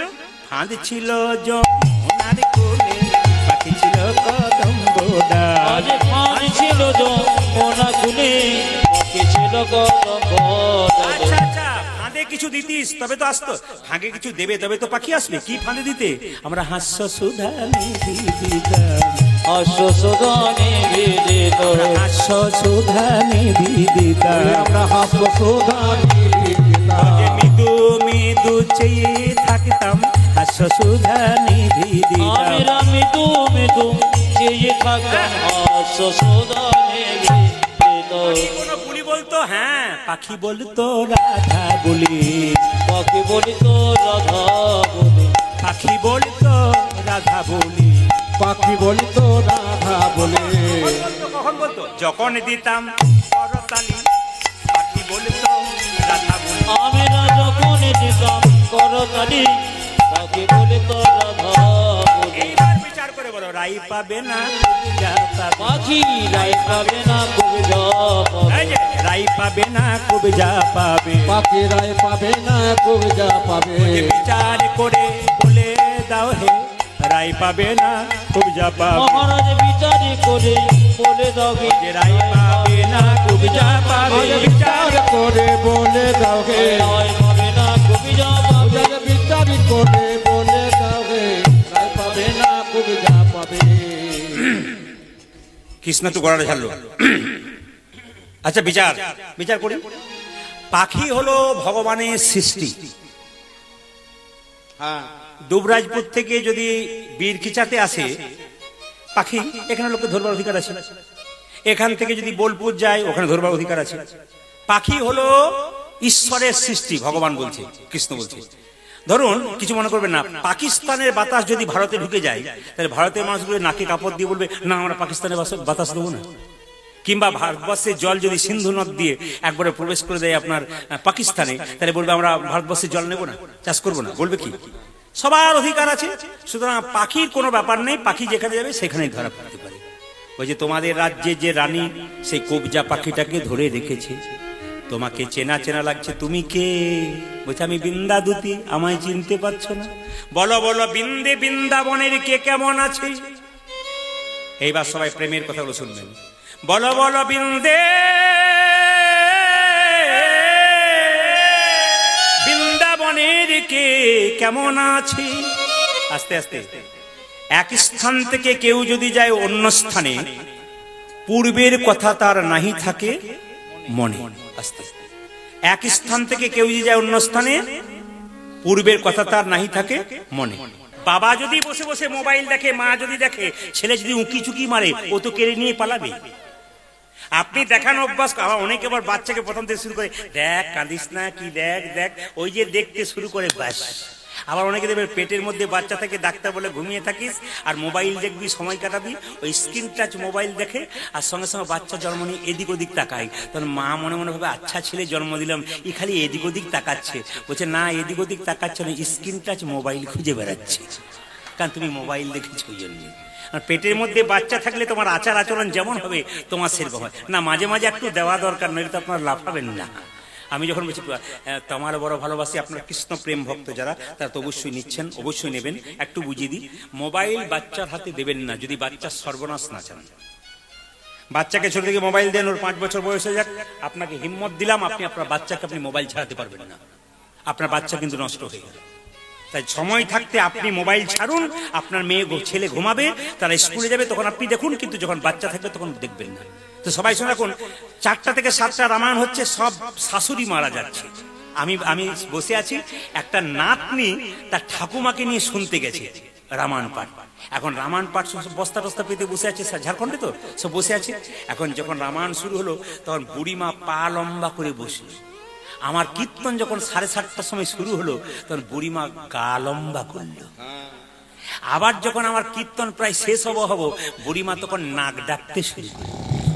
আমার দলে একটা আছে, খুব নাক ডাকতে পারে, যার ঘরে থাকবে বুঝতে পারবেন কি চলছে। তো নাক ডাকতে শুরু করলো মায়েরা। কীর্তন শোনা শেষ হয়ে গেল, সবাই যখন উঠছে তো নাতনি বলছে ঠাকুমা ওঠো, বলে আরম্ভ হলো, বলে আজ আর হবে না, কাল হবে, চলো চলো। এই 3 দিন কীর্তন শুনে চলে গেল। শেষে যখন কীর্তন আমাকে কুঞ্জ বর্ণনা দিয়ে এসে বলছে, বাবা প্রদীপ, তোর কীর্তন যে কি ভালো, একমাত্র আমি ছাড়া কেউ বুঝলাম না। বললাম কি বুঝলে না ঠাকুমা? বলছে তোর কীর্তনে মজা আছে। বলেন কিরকম? বাড়িতে আমার ছেলেরা আমাকে খুব ভালোবাসে, গ্রীষ্মকালে 2টো ফ্যান দেয়, 3টে ঘুমের ট্যাবলেট দেয়, ঘুমই আসে না। আর তোর কীর্তনে কি ঘুম রে, আমার ঘুমই ছাড়ে না। আমি মনে মনে ভাবলাম যা কীর্তনে ঘুম তো সেরেছে আর কি। এখন লক্ষ্য করুন, যিনি রামায়ণ পাঠ করেছেন তাকে এসে বলছে, বাবা তোমার রামায়ণ পাঠের বলিহারি যাই। বলছে কেন, কি পাঠ তোমার? তখন আমি বললাম, বুড়িমা বুঝতে পেরেছো রামায়ণ পাঠ? বলছে 3 দিন যে রামায়ণ পাঠ শুনলে তুমি বুঝতে পেরেছো? বুড়িমা বলছে সবই বুঝতে পারলাম, একটি জিনিস আমার মাথায় ঢুকে নাই। বলে কি? রাম রাক্ষস না রাবণ রাক্ষস? তো রামায়ণ পাঠক বলছে রাম ও রাক্ষস নয়, রাবণ ও রাক্ষস নয়, রাক্ষস আমি যে তোমাকে বোঝাতেই পারলাম না। আবার দেখবেন যদি কেউ বুঝতে না পারে, বলে প্রদীপ পাল রাক্ষস এসেছিল। রাধারানী কাঁদছে আর কেঁদে কেঁদে বলছে, আমার গোবিন্দকে এনে দে বিনলে, কেঁদে কেঁদে দিন কেটেছে। রাধারানী কাঁদছে, 4 যুগের কথা গানের মাধ্যমে বলবো। কেঁদে কেঁদে দিন কেটেছে, আমি এমনি হত ভাগিনী, 4 যুগে আমি মন্দ ভাগিনী। 4 যুগে আমি বড় মন্দ ভাগিনী, কেঁদে কেঁদে দিন কেটেছে, এমনি হত ভাগিনী, 4 যুগে আমি বড় মন্দ ভাগিনী। আজ 4 যুগে আমি বড় মন্দ ভাগিনী। আমি ভাঙবো না, গানের মাঝেও শুনুন। সত্য যুগে সতী সুখী ছিলাম, সত্য নারায়ণী, দুর্বাসারি অভিশাপে হলাম মর্তবাসিনী, তেতায় ছিলাম রাম ঘরণী, জনক নন্দিনী, কই কইরি দোষে মা হলাম বনচারী, দাপরে মা ছিনু হয়ে আয়ান ঘরণী, ননদিনী দোষ দিল মা হলাম কলঙ্কি, কলি যুগে গৌর হলাম গৌর ভামিনী, বিষ্ণুপ্রিয়া কুলবধূ হলো যোগিনী। কেঁদে কেঁদে দিন কেটেছে, এমনি হত ভাগিনী, 4 যুগে আমি বড় মন্দ দেখো চারি যুগে আমি বড় মন্দ ভাগিনী চারি যুগে আমি বড় মন্দ ভাগিনী। মৃত্যু দশার তিনটে লক্ষণ শাস্ত্র অনুযায়ী, যদি কেউ মারা যায় তার তিনটে লক্ষণ দেখলে বুঝবেন মারা যাচ্ছে। কি বলুন তো? শ্বাস প্রশ্বাস বইবে না, এক। 2 নম্বর কি? নারীর স্পন্দন বোঝা যাবে না। আর 3 নম্বর কি? চোখের পাতা নড়বে না। কি বুঝছেন? মৃত্যু দশার কেউ যদি মরে যায় তিনটে লক্ষণ শাস্ত্র বলছে। কি কি? চোখের পাতা নড়বে না, হাতের নারীর স্পন্দন হবে না, আর কি? শ্বাস বইবে না। সখীরা কি করলো? রাধারানী কৃষ্ণ কথা বলতে বলতে অজ্ঞান হয়ে গেল। সখীরা নিঃশ্বাস দিয়ে দেখছে, সখীরা তুলো দিয়ে দেখছে যে নিঃশ্বাস পড়ছে কিনা। কিন্তু তাকে একমাত্র বাঁচানোর একটা উপায় আছে, কৃষ্ণ নাম। সখীরা কি করলো মা? রাধারানী কানে কৃষ্ণ নাম দিল। কিভাবে? সখী গণ্য কর্ণ মূল্যে কৃষ্ণ নামে দিলে, সখী গর্ণ কর্ণমূলে কৃষ্ণ নাম দিলে, সখী গণ্য কর্ণ মূল্যে কৃষ্ণ নামে দিলে, সখী গণ কর্ণমূলে কৃষ্ণ নাম দিলে, কৃষ্ণ নামের আই ধ্বনি চেতন পাই, কৃষ্ণ নামের আই ধ্বনি চেতন পাইলে, কৃষ্ণ নামের আই ধ্বনি চেতন পাই, আজ কৃষ্ণ নামে আই ধ্বনি চেতন পাইলে। আবার চেতন পাইয়া বলে কাহা ঘন শ্যামে সন্মুখে তমাল বৃক্ষ করে নিরীক্ষণ, সন্মুখে তোমার বৃক্ষ করে নিরীক্ষণ, আজ সন্মুখে তমাল বৃক্ষ করে নিরীক্ষণ, বলি বল বল বধূ কবে এলে হে, বল বধূ কবে এলে হে, বল বধূ কবে এলে হে, বল বল বধূ কবে এলে হে, কবে হবে আমার বাসন হলে হে, বল বল বধূ কবে এলে হে, কবে হবে তো প্রকার হলে গে, বল বল বধূ কবে এলে গে, বলে হতিয়া তো বাসন হলে হে, বল বল বধূ কবে এলে হে, বল বল বধূ কবে এলে হে, বল বল বধূ কবে এলে হে। বল বল বধূ কবে এলে হে। ললিতা বলছে ওটা কৃষ্ণ নয়, ওটা তামাল গাছ। আস্তে, তামাল গাছ, ওর মধ্যে একটা ময়ূর বসেছিল, কৃষ্ণ মনে হচ্ছিল। এবার আমি আপনাদের বলবো, সবাই একটু মাথায় কাপড়টা নিন, বাবু হয়ে বসুন। সুন্দর মাথুলীলার যে ব্যাখ্যা আপনারা এখন শুনতে পাবেন। অনেক মাথুলীলা শুনেছেন, একটু বিচার করবেন আপনারা মাথুলীলা শুনতে শুনতে। মাথুরের কি অপূর্ব ব্যাখ্যা, এই ব্যাখ্যাগুলো শুনবেন একবারে মন দিয়ে, একবারে স্টিল, মানে কি বলবো, কেউ কারোর দিকে তাকাবেন না, শুধু কানের দিকে রাখবেন, মনের দিকে রাখবেন, দেখবেন রাধারানী কাঁদছে, কাঁদতে কাঁদতে অজ্ঞান হয়ে গেল, কৃষ্ণ নামে জ্ঞান ফিরে পেয়ে গেল। সঙ্গে সঙ্গে বিন্দে এসেছে, বিন্দেকে বলছে, বিন্দে আমায় এনে দে মাধব। শুনবেন, খুব ভারী কথা, ভারী জিনিস। মাথুর গান শুনবো, ভারী জিনিস শুনবো, ভারী হবো না তা বললে হবে না। এনে দে মাধব, এনো না ও মাধব, কথাগুলো শুনবেন। এনে দে মাধব, এনো না উমা ধব। কথার মধ্যে কিন্তু যুক্তি দেখবেন, শুনতে হবে। এনে দে মাধব, এনো না ও মাধব, এনে দে মাধব, হরি তব পাই। ধীরে ধীরে এনে দে মাধব, এনো না ও মাধব, এনে দে মাধব, হরি তব পাই। তোর মাথা খারাপ হয়ে গেছে না? এক বলছে এনে দে মাধব, এনো না মাধব, বুঝতে পারলাম না। বিন্দেকে বলছে মাথা খারাপ আমার হয়নি, তোর হয়েছে। আমি বলছি এনে দে মাধব, মা মানে পৃথিবী, ধব মানে পতি, আমি পৃথিবীর প্রতি গোবিন্দকে আনতে বলছি। এনো না উমা ধব, উমা মানে দুর্গা, ধব মানে পতি, আমি দুর্গার প্রতি শিবকে চাইনি। আমি এনে দে মাধব, মা মানে পৃথিবীর প্রতি গোবিন্দকে, আমি উমাধব চাইনি, দুর্গার প্রতি শিব। এসব এই অনন্য মাধব, এনো হে মাধব। গোবিন্দে গো, গোবিন্দে,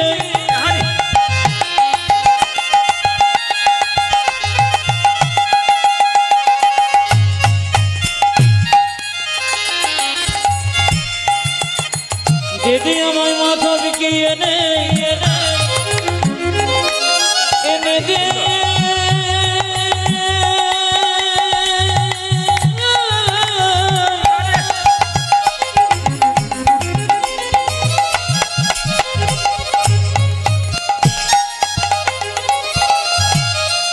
ও গোবিন্দ গোপী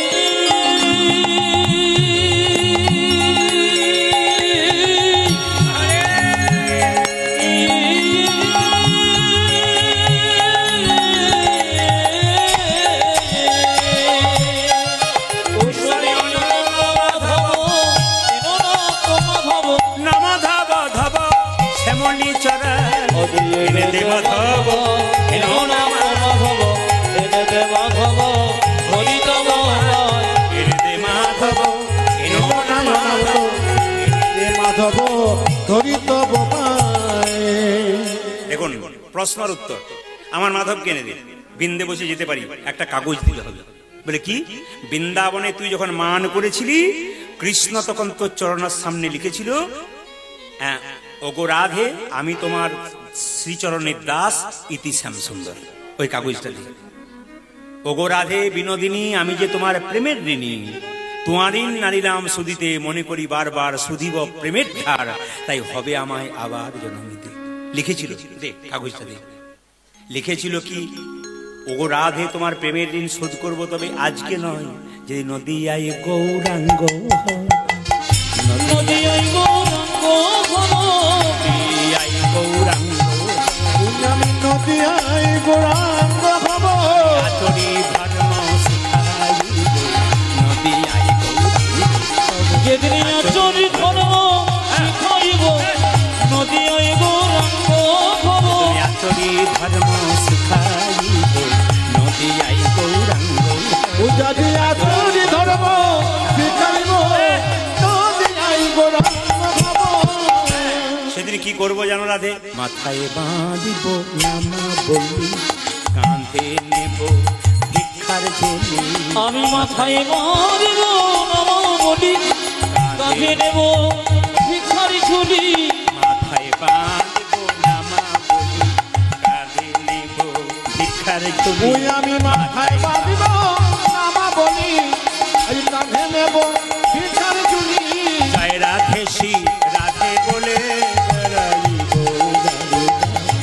জনদেশী রাধে বলে বেড়াইব দাঁড়ে দাঁড়িয়ে সেদিন দাঁড়ে দাঁড়ে বেড়াইব আমি দাঁড়ে দাঁড়িয়ে বেড়াইব দাঁড়ে দাঁড়ে বেড়াইব ওই আমি দাঁড়ি দাঁড়ি বেড়াইব জয় রাধে শ্রী রাধে বলে দাঁড়ে দাঁড়ে বেড়াইব ওগো জনদেশী রাধে বলে প্রেমময়ী রাধে বলে জয় রাধে শ্রী রাধে বলে ওগো রাধে দয়া করো বলে রাধে জয় রাধে শ্রী রাধে বলে আমি দাঁড়িয়ে দাঁড়িয়ে বেড়াইব জয় রাধে শ্রী রাধে বলে বেড়াইব দাঁড়িয়ে দাঁড়িয়ে জয় রাধে শ্রী রাধে বলে বেড়াইব দাঁড়ে দাঁড়ে।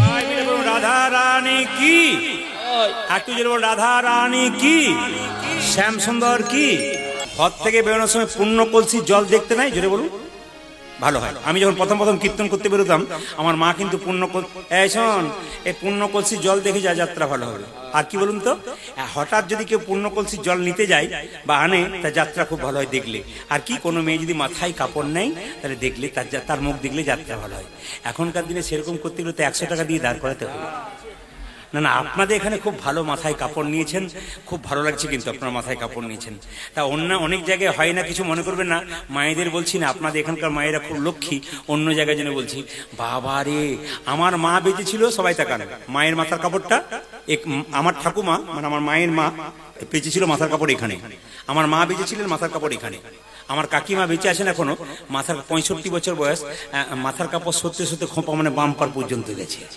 এখন যারা বাড়িতে এসছে বাম্পার টাম্পার নেই হাইওয়ে রোড হয়ে গেছে আবার কিছু মনে করবেন না এখন তো দেখবেন আবার ভাসুর এখন পর্দা হয়েছে আগেকার মেয়েরা পর্দা দেখলেই পর্দা ভাসুর দেখলে পর্দা নিত এখন আর নেয় না যেদিন থেকে ভাসুর হলো বর্দা সেদিন থেকে সরে গেল পর্দা ভাসুর বর্দা সরে গেল পর্দা কি ডিজাইন মানে যত দিন যাচ্ছে তত সংস্কারগুলো আমরা ভুলে যাচ্ছি এইদিকে এইদিকে এইদিকে এইদিকে একটু ছোট হ্যাঁ এখন নাই চুড়িদার ঠিক বলেছে বাবার খুব রাগ আছে কিন্তু মেয়েদের উপর রাগ আছে খুব আপনি বলবেন আমি খুব খুশি আছি আচ্ছা একটা কথা বলি এইদিকে শুনবেন ভালো করে আসলে কানের ফাঁকে বলা যায় একটি ছেলে বিয়ে করতে যাচ্ছে আমাদের গ্রামে মানে আমার আগে যেখানে গ্রাম ছিল তো সেখানে বিয়ে করতে যাচ্ছে তো ছেলেটি শুনলাম 26 বছর বয়স আর তার স্ত্রীর বয়স 30 বছর তো বললাম যে এই যে ধনঞ্জয় কারো যে নাম থাকে কিছু মনে করবেন না থাকতে পারে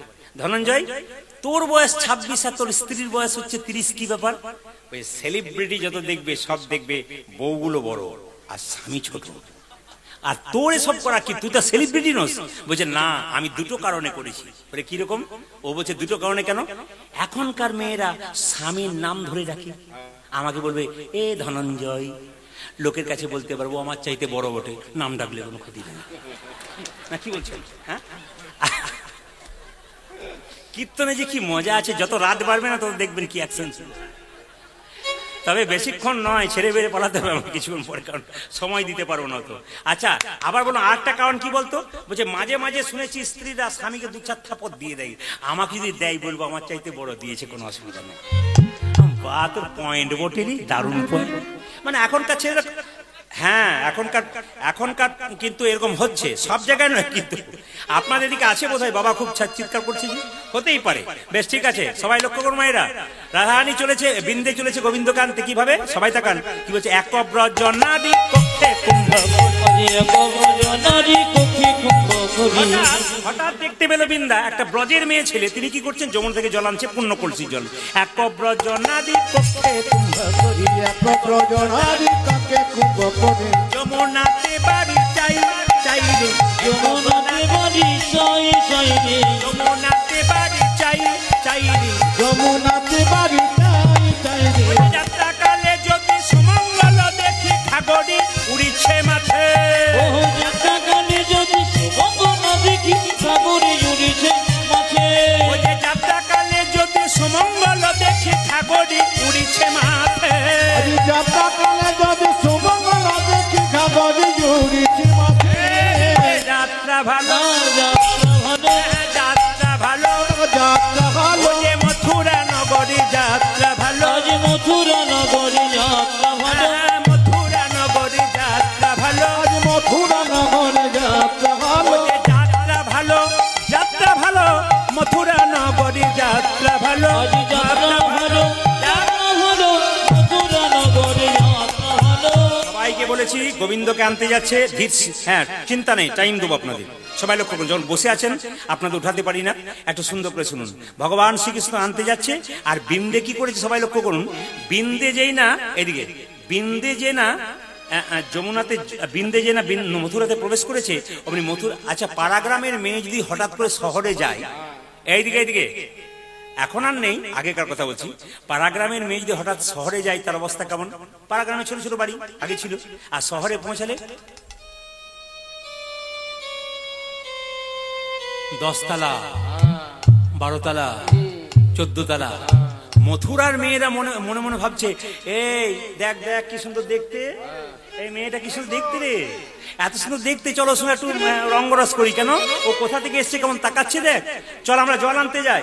কি তোর আইনা গড়ি লয়ে গা গড়ি, উলুধ্বনি, জল আনিতে যাই, তোরা আয়, তোরা যায়, তোরা আয়না গরি লয়ে গা গরি, যমুনা জল আনিতে যায়, আইনা গরি লয়ে গাগরি, যমুনায় জনানিতে যায়। আইনা গড়ি লয়ে গা গড়ি, যমুনায় জলে আনতে যাই। তোরা আয়না গরি লয়ে গা গরি, যমুনা জল আনিতে যায়। এইদিকে এইদিকে এইদিকে মায়েরা, আস্তে, আপনারা বলেন না আস্তে, আপনার কথা কথা বলেন। ঢপের কীর্তন আস্তে, দেখবে একটা কথা আছে, ঢপ কীর্তন, কথা নেই? যেটা বলুন, বাবা কি কীর্তন শুনলাম, ঢপ কীর্তন। আপনারা বলেন না শুনুন, এই ঢপ কীর্তনের প্রচলন আছে কিন্তু। এই ঢপ কীর্তন পূর্ববঙ্গের একজন ব্যক্তি, তার নাম কমল কৃষ্ণ গোস্বামী। ভালো করে শুনবেন, এই যে ঢপ কীর্তন একটা ছোট অংশ গাইছি, এটা কিন্তু খুব ভালো করে যারা জ্ঞানী, যারা কীর্তন গান নিয়ে আলোচনা করেন তারা জানতে পারবেন। এই ঢপ কীর্তনটা পূর্ববঙ্গের একজন ব্যক্তি, তার নাম হচ্ছে কমলকান্ত গোস্বামী, তিনি কিন্তু এই গানটি রচনা করেছেন। এই ছোট্ট অংশ, এই গানগুলো কিন্তু ঢপ কীর্তনের অংশ। বলছে শোন, দেখ দেখ মেয়েটি কেমন দাঁড়িয়ে আছে, চল জল আনতে যাই। তোর আইনা গড়ি লয়ে গা গড়ি, যমুনায় জল, তোরা আয়না গরি লয়ে গা গরি, যমুনায় জল আনিতে যায়। জলে আনার ছলে কুম্ভ ফেলে,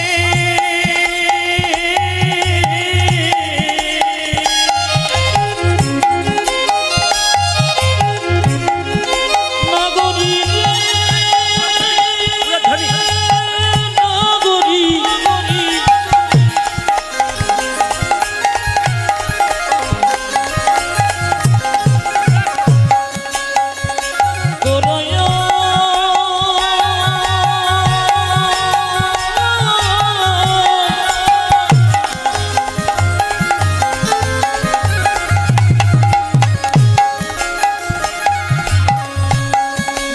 গরি রে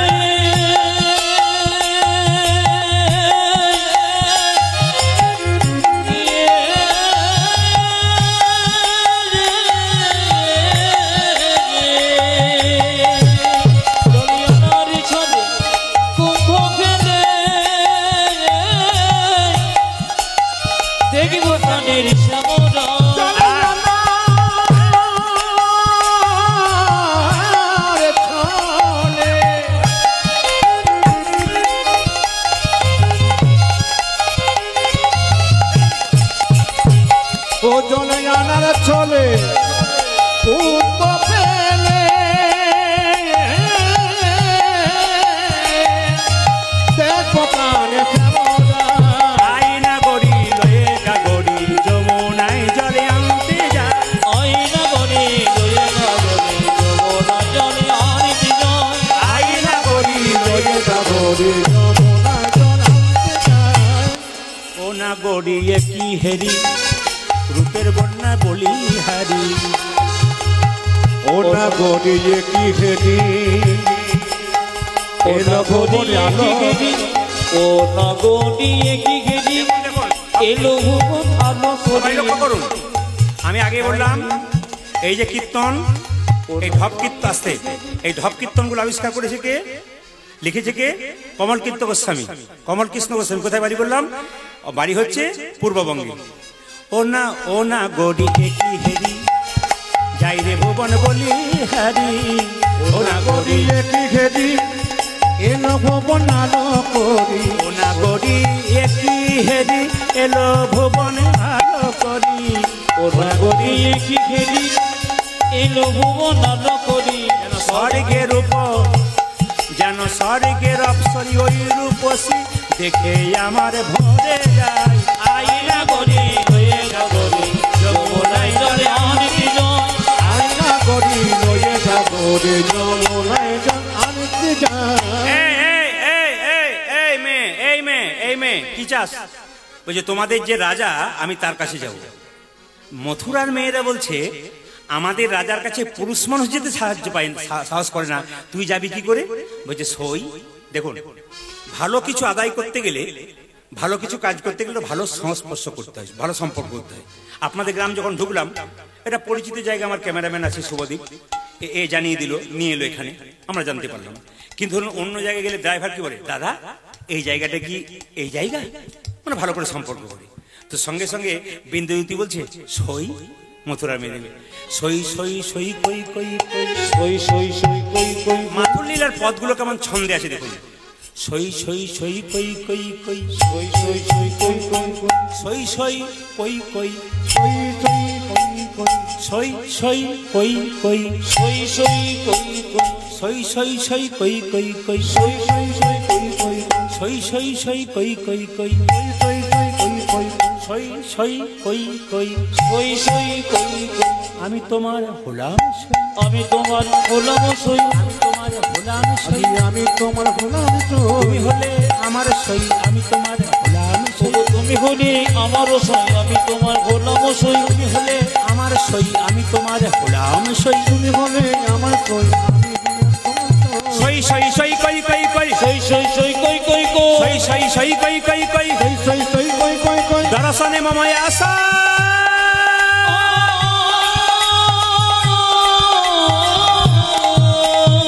গোকুলানন্দ কহে ওই যাহ যাহ গোকুলানন্দ কহে ওই যাহ যাহ গোকুলানন্দ কহে ওই যাহ যাহ গোকুলানন্দ কহি ওই যাব যাব ওই যে উচ্চ বাসা ওই যে উচ্চ গোসাই গোকুলানন্দ কহে ওই যাহ যাহ ওই যে উচ্চ বাসা ওই যে উচ্চ মেয়েরা বললো পুরুষ মানুষের সমস্যা হয় তুমি যাবে কি করে যদি যেতে পারো যদি যেতে পারো যদি যেতে যদি যেতে পারো যে নারী হয়ে যদি যেতে পারো তুমি নারী হয়ে যদি যেতে পারো যে তবেই দেখা পেতে পারো নারী হয়ে যদি যেতে পারো ওগো তবে দেখো পেতে পারো ও যে নারী হয়ে যদি যেতে পারো তবে দেখা পেতে পারো নারী হয়ে যদি যেতে পারো তবে দেখা পেতে পারো নারী হয়ে যদি যেতে পারো ও যারা নারী হয়ে যদি যেতে পারো মায়েরা এদিকে দেখানো বিন্দে যদি গোবিন্দের কাছে যাবে বিন্দে বলছে কোথায় যেতে হবে বলছে 7টা দরজা পেরিয়ে তোমাকে কৃষ্ণকে দেখা করতে হবে আর সেই 7টা দরজাতে ইন্টারভিউ দিতে হবে সংস্কৃত ভাষায় সঙ্গে সঙ্গে বিন্দে বলছে কোনো কিছু করার দরকার নেই আমি কি জানি জানো আমি রাজা ধরার মন্ত্র জানি রাজা ধর মন্ত্র জানি আমি রাজা ধরার মন্ত্র জানি আমি রাজা ধরার মন্ত্র যে মন্ত্রে আমি রাজা আনবো রাজা ধরার মন্ত্র জানি জানি মন্ত্রে ছলে রাজা জানি রাজা ধর মন্ত্র জানি মথুরার মেয়েরা বলছে সাপ ধরার মন্ত্র জানি ভূত ধরার মন্ত্র জানি এ আবার বলছে রাজা ধরার মন্ত্র কই আনো তো সঙ্গে সঙ্গে মেয়েটি বিন্দে বলছে ঠিক আছে আনছি এই বলে রাধারানীর নাম করছে সব একটু করজোরে বুঝবেন বিন্দে গাইছে বৃন্দাবন বৃন্দাবন বিলাসী বিলবসিনী রাধে জয় রাধে অগরমণি পুটমণি মনে সবাই শুনবেন ভগবান শ্রীকৃষ্ণ রাধারানীর নাম শুনলে পাগল হয়ে যায় তাই বিন্দে বলছে আমি রাজা ধরার মন্ত্র জানি দেখবে কিভাবে গাইছি দেখুন বৃন্দাবন বিলাসী রাধে জয় রাধে অগরমণি কুটমণি রাধে জয় উলধ্বনি বৃন্দাবন বিলবসিনী রাধে জয় রাধে রমণী মুকুট মনে রাধে জয় রাধে বৃন্দাবন বিলাসে জয় জয় রাধে রমণী মুকুট রমণী জয় জয় রাধে জয় রাধে জয় রাধে জয় রাধে জয় রাধে জয় রাধে জয় রাধে জয় রাধে জয় রাধে রাধে রাধে রাধে রাধে ভগবান শ্রীকৃষ্ণ রাধারানীর নাম শুনে মনে মনে ভাবছি এটা কিন্তু মথুরার ডাক নয় এটা কিন্তু দ্বারকার ডাক নয় এটা আগে মধুরসী বৃন্দাবনের ডাক কে আমায় রাধা নাম শোনালি সে যে আমায় বিনামূল্যে রাধা বিনামূল্যে কিনে নিল এ কে আছিস এ মথুরার পথে পথে একটা মেয়ে রাধে রাধে বলে কেঁদে বেড়াচ্ছে ওকে ধরে নিয়ে আয় এখন যেই না কৃষ্ণচন্দ্র রাজা রথ আনতে পাঠিয়েছে আর মথুরার মেয়েরা বললো বাবা রাজা ধরার মন্ত্র সত্যি তো তুমি জানো রথ এসে হাজির হয়ে গেল এবার আমরাও বলবো আবেরাও বলবো এবার আমরাও বলবো আজি আমি নাম বলবো যে জয় রাধে শ্রী রাধে বলে আমরাও বলবো আজি জয় রাধে শ্রী রাধে বলে আবেরাও বলবো যে জয় রাধে শ্রী রাধে বলবো কৃষ্ণ কৃষ্ণ কৃষ্ণ বলে জয় রাধে শ্রী রাধে বলে কৃষ্ণ কৃষ্ণ কৃষ্ণ বলে জয় রাধে শ্রী রাধে আজ বলে কৃষ্ণ কৃষ্ণ কৃষ্ণ বলে জয় রাধে শ্রী রাধে বলে কৃষ্ণ কৃষ্ণ কৃষ্ণ বলে জয় রাধে শ্রী রাধে বলে আবেরাও বলবো আমরাও বলবো সবাই মিলে বলুন রাধে রাধে তো সবাই লক্ষ্য করুন যেই না বলেছে যে তুমি এলে কেন তুমি যে বললে আজ যাব কাল ফিরে আসবো ভগবান বলছে কি করে আসবো পাঁচই পঞ্চগুণ সিন্ধু তাহে বিন্দু পুন এক তিথি হরে নিল শ্যাম আসি বলে যাওলো পুন নাহি আওলো পড়িয়া রহিল বাঁকা শ্যাম যারা কীর্তন শুনছেন গুনবেন ভগবান কেমন হিসাব দিলেন দেখুন কেন আসতে পারলাম না জানো আজ যাব কাল ফিরে আসবো বলে এলাম না কেন পাঁচই পঞ্চগুণ 5 কে 5 দিয়ে গুণ করলে কত হয় জোরে 25 সিন্ধু তাহে বিন্দু পুন সিন্ধু মানে 7 শূন্য দিলাম পেছনে 70 70 আর 25 কত হয় 95 এক তিথি হরে নিল শ্যাম 15 দিন অন্ধকার বাদ দিলাম 95 থেকে 15 বাদ দিলে কত হয় 80 গোবিন্দ বলল আমরা একা যাই আর একা আসি একা জয় রে একা যাই আর একা আসি আমরা একা যাই রে একা আসি কেউ তো সঙ্গে যাবে না ভাই একা যাই আর একা আসি আজ কেউ তো সঙ্গে যাবে না ভাই একা জয় রে গোবিন্দ বলেন একা কৃষ্ণ কারো নয় গো একা কৃষ্ণ কারো নাই গো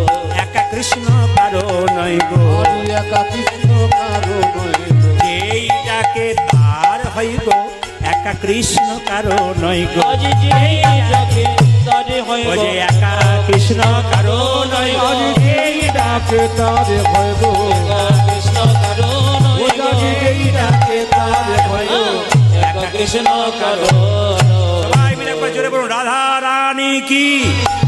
সবাই কিন্তু জোরে বলবেন, তাহলে বুঝবো জেগে আছেন। জোরে বলুন রাধা রানী কি। বাহ বাহ বাহ। শ্যাম সুন্দর কি, মদন মোহন কি, হরিবাসর কি, সাধুগুরু বৈষ্ণব কি, খিদে লেগেছে কি, কারো লাগে কারো লাগে,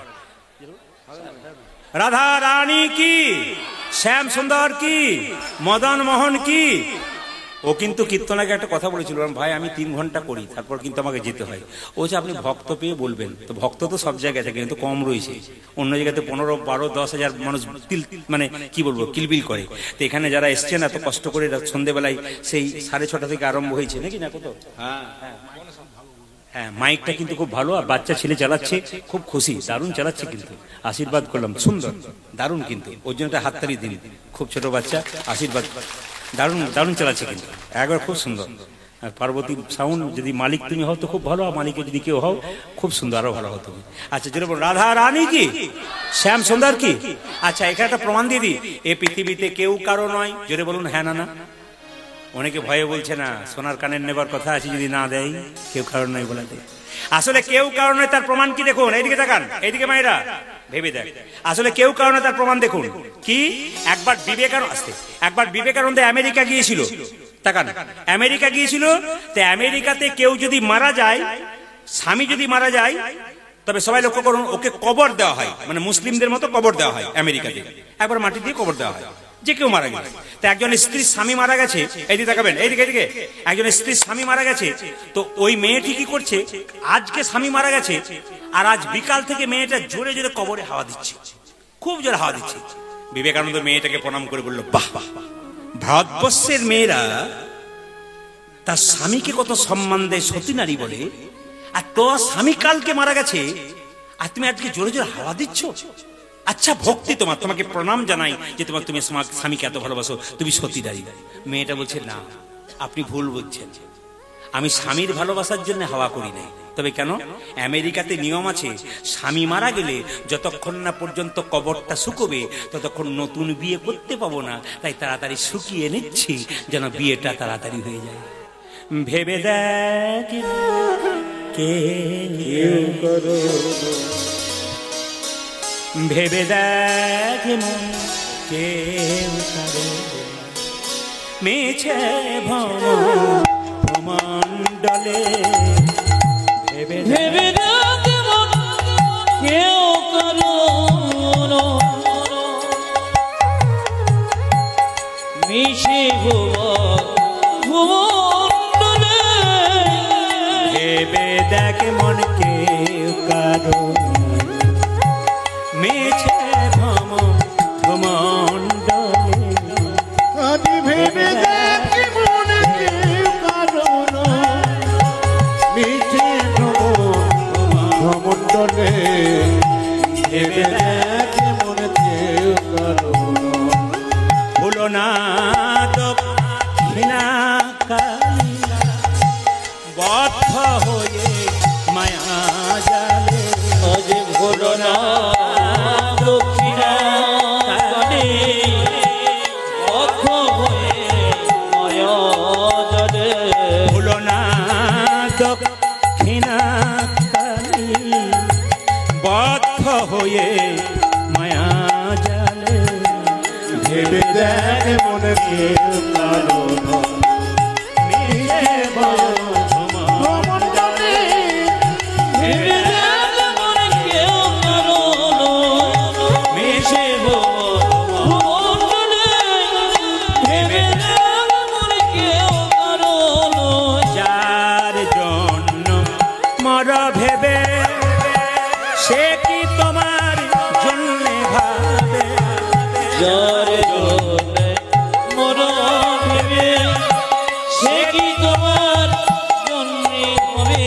যার জন্য ভেবে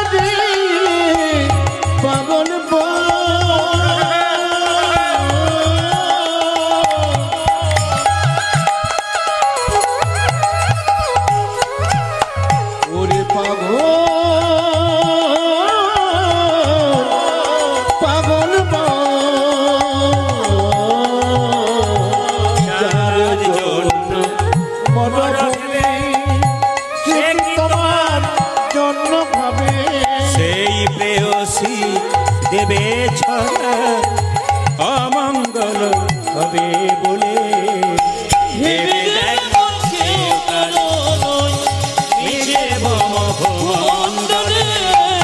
ভেবে দেখ মন কেউ কারো নয়, মেছে ভমণ্ডলে। ভেবে দেখ মন কেউ কারো নয়, মেছে ভমণ্ডলে।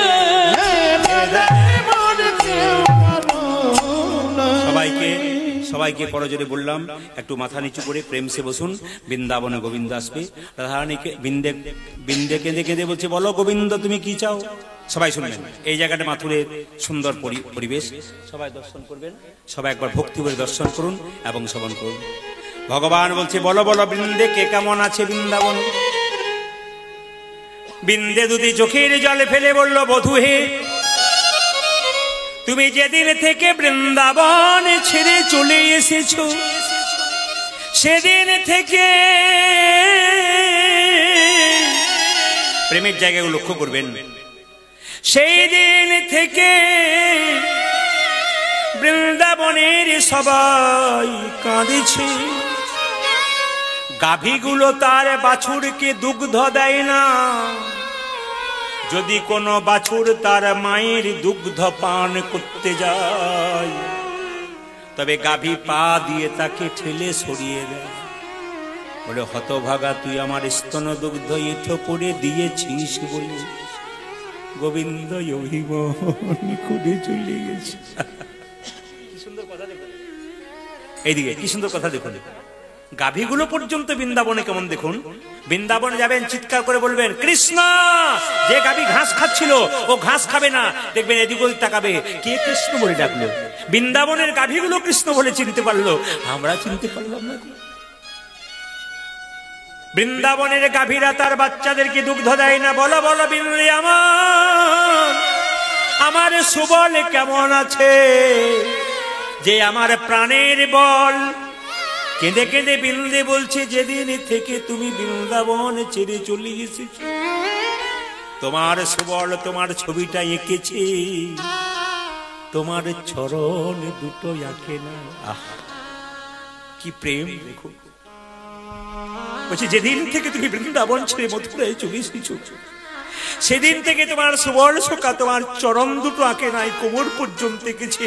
যদি চরণ পেয়ে আবার তুমি কোথাও চলে যাও, তোমার সুবল সখা। খুব প্রেমের গান তো। আমার গুরুজি বললেন মাথুর গান খুব প্রেমের গান। তবে এখনকার যুগে মাঝে মাঝে যদি একটু ভক্তিগীতি বা সামাজিক কথা না ঢোকাতে পারেন, তবে মানুষ জীবের মধ্যে শিক্ষা ঢোকে না। তাছাড়া পদাবলীর পর পর গাইতে থাকলে খুব প্রেমের গান। দেখুন, ওই যে তোমার সুবল সখা পটেতে আঁকা সদাই মূরতি, তোমার সুবল সখা পটেতে আঁকা সদাই মূরতি। তোমার সুবল তোমার সুবল কিছু খাই না। সুবলের মা বারবার বলে, বাবা সুবল একবার খেয়ে নে। সুবল বলে, কৃষ্ণ যতক্ষণ না আসবে ততক্ষণে আমি মুখে কিছু দেব না। আমার কৃষ্ণ চাই, কৃষ্ণ চাই। তোমার সুবল সখা পটেতে আঁকা সদাই মূরতি। হ্যাঁ, ও তোমার সুবল সখা পটেতে আঁকা সদাই মূরতি। দেখুন দেখুন দেখুন মায়েরা, সুবলের প্রেমটা দেখুন। কেঁদে কেঁদে বলছে, ভাই কানা দেখা দে, ভাই কানা দেখা দে। ও ভাই কানা একবার দেখা দেবে। যখন চলতে পারে না রাস্তায় বসে যায়, আর তোমার ছবিটা নিয়ে কেঁদে কেঁদে বলে, ভাই কানা দেখা দে। ওই কানাই গো দেখা দেরি সুবল সখা কেঁদে বলে কানাই একবার দেখা দে ভাই বলে ভয় কানাই একবার এইদিকে এইদিকে এইদিকে কৃষ্ণ জিজ্ঞেস করছে, আচ্ছা সুবলের কথা তো জিজ্ঞেস করলাম, আচ্ছা বিন্দে আমার বাবা কেমন আছে? ওরে বাবা, তোমার বাবার কথা বললে তো আমি চোখে জল ধরতে পারি না। বলে কেন? তোমার নন্দ পিতা চিতা জেলে বসে আছে, আরে কেঁদে কেঁদে বলছে মুখে আগুন দিয়ে যা গোপাল, তুই না দিলে আমি ঝাঁপ দিতে পারছি না। তোমার নন্দ পিতা জেলেছে চিতা প্রাণেতে জীবার তরে। ও তোরে নন্দ পিতা জেগেছে চিতা প্রাণতে জীবার তরে। নন্দ পিতা জেলেছে চিতা প্রাণেতে জীবার তরে। নন্দ পিতা জেলেছে চিতা প্রাণতে জীবার তরে। কেঁদে কেঁদে বলছে আমার মুখে জাগো দিয়ে যা গোপাল, আমার মুখে আগো দিয়ে যা গোপাল, মুখে জাগো দিয়ে যা গোপাল। ওই আমার যাব দিয়ে যাব কেঁদে বলে নন্দ পিতা মুখে জাগো দিয়ে যা গোপাল। আমায় কেঁদে বলে নন্দ পিতা মুখে আগো দিয়ে যা গোপাল। এইবার শুনবেন আমার মা কেমন আছে গো? তোমার নন্দরানীর কথা বলতে গেলে আমি আর বলতে পারি না, আমার জীব আড়ষ্ট হয়ে যায়। বলে কেন? তোমার মা নন্দরানী নবনী নিয়ে ঘুরে ঘুরে বেড়াই। কৃষ্ণ বলে কেঁদে কেঁদে তোমার মা নন্দরানী অন্ধ হয়ে গেছে। পরের ছেলেকে ধরে গোপাল বলে কাঁদতে থাকে। পরের মেয়েরা ছুটে এসে বলে হতভাগী, নিজের ছেলেটাকে বনবাসে পাঠিয়ে তুই আমার ছেলেকে ধরতে এসেছিস। নন্দরানী লইয়ে নবনী ফিরছে দাঁড়ে মা নন্দ রানী লয়ে নবনী ফিরছে দাঁড়ে নন্দরানী লইয়ে জমনী ফিরছে দাঁড়ে দাঁড়ে। ও মানন্দ রানী লয়ে নবনী কেঁদে কেঁদে বলছে, কেঁদে কেঁদে বলছে বলে আইন বনি খেয়ে যা গোপাল। ওরে আইন বনে খেয়ে যা গোপাল। আইন বনি খেয়ে যা গোপাল। আইন বনি হে যা গোপাল। আমি যুগলে করে বাঁধিব না রে আইন বনি খেয়ে যা গোপাল। গরি গহরে করে বাঁধিব নদী ও যে আইন বনি আজ যুগল করি বাঁধিব না রে। আইন বনে খেয়ে যা আজ গোপাল। যুগল করি বাঁধিব না রে। আইন বনে খেয়ে যা গোপাল। আজ আইন বনে খেয়ে যা। গোপাল। এবার সবাই শুনবেন, মা যোদা পাগলের মতো কাঞ্ছার বলছে গোপাল রে সারা দে গোপাল সারা দে গোপাল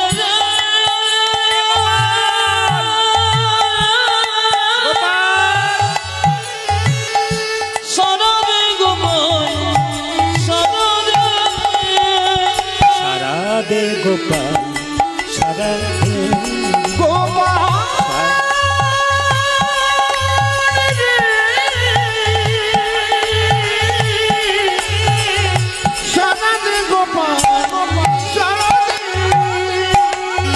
অভাগিনী মাঝে তোর ফোকারে কাঁদে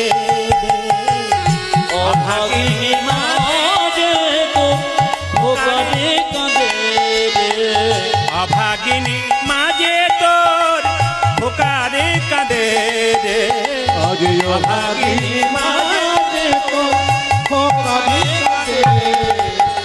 সারা দে গোপাল সারা দে রে আমায় সরবে গোপাল সরবে উল্লামায় সারা দে গোপাল সারা দে। বাঁশি বাজিয়েছিল বৃন্দাবন বাঁশি আবার বাজে বৃন্দাবনে। যে বসে বজেছিলি বৃন্দাবনে, সে বসে আমার গজ সবার গানে। মা কাঁদছে, মা কাঁদছে। যে বাঁশি বাজিয়েছিলি বৃন্দাবনে, সে বাঁশি আবার বাজা সবার কানে। যে বাঁশি বাজিয়েছিলি বৃন্দাবনে, সেই বাঁশি আমার বাজা সবার কানে। সোনার ব্রজ আজ, আজ সোনার ব্রজ, সোনার ব্রজ আজ আজ সোনার ব্রজ হলো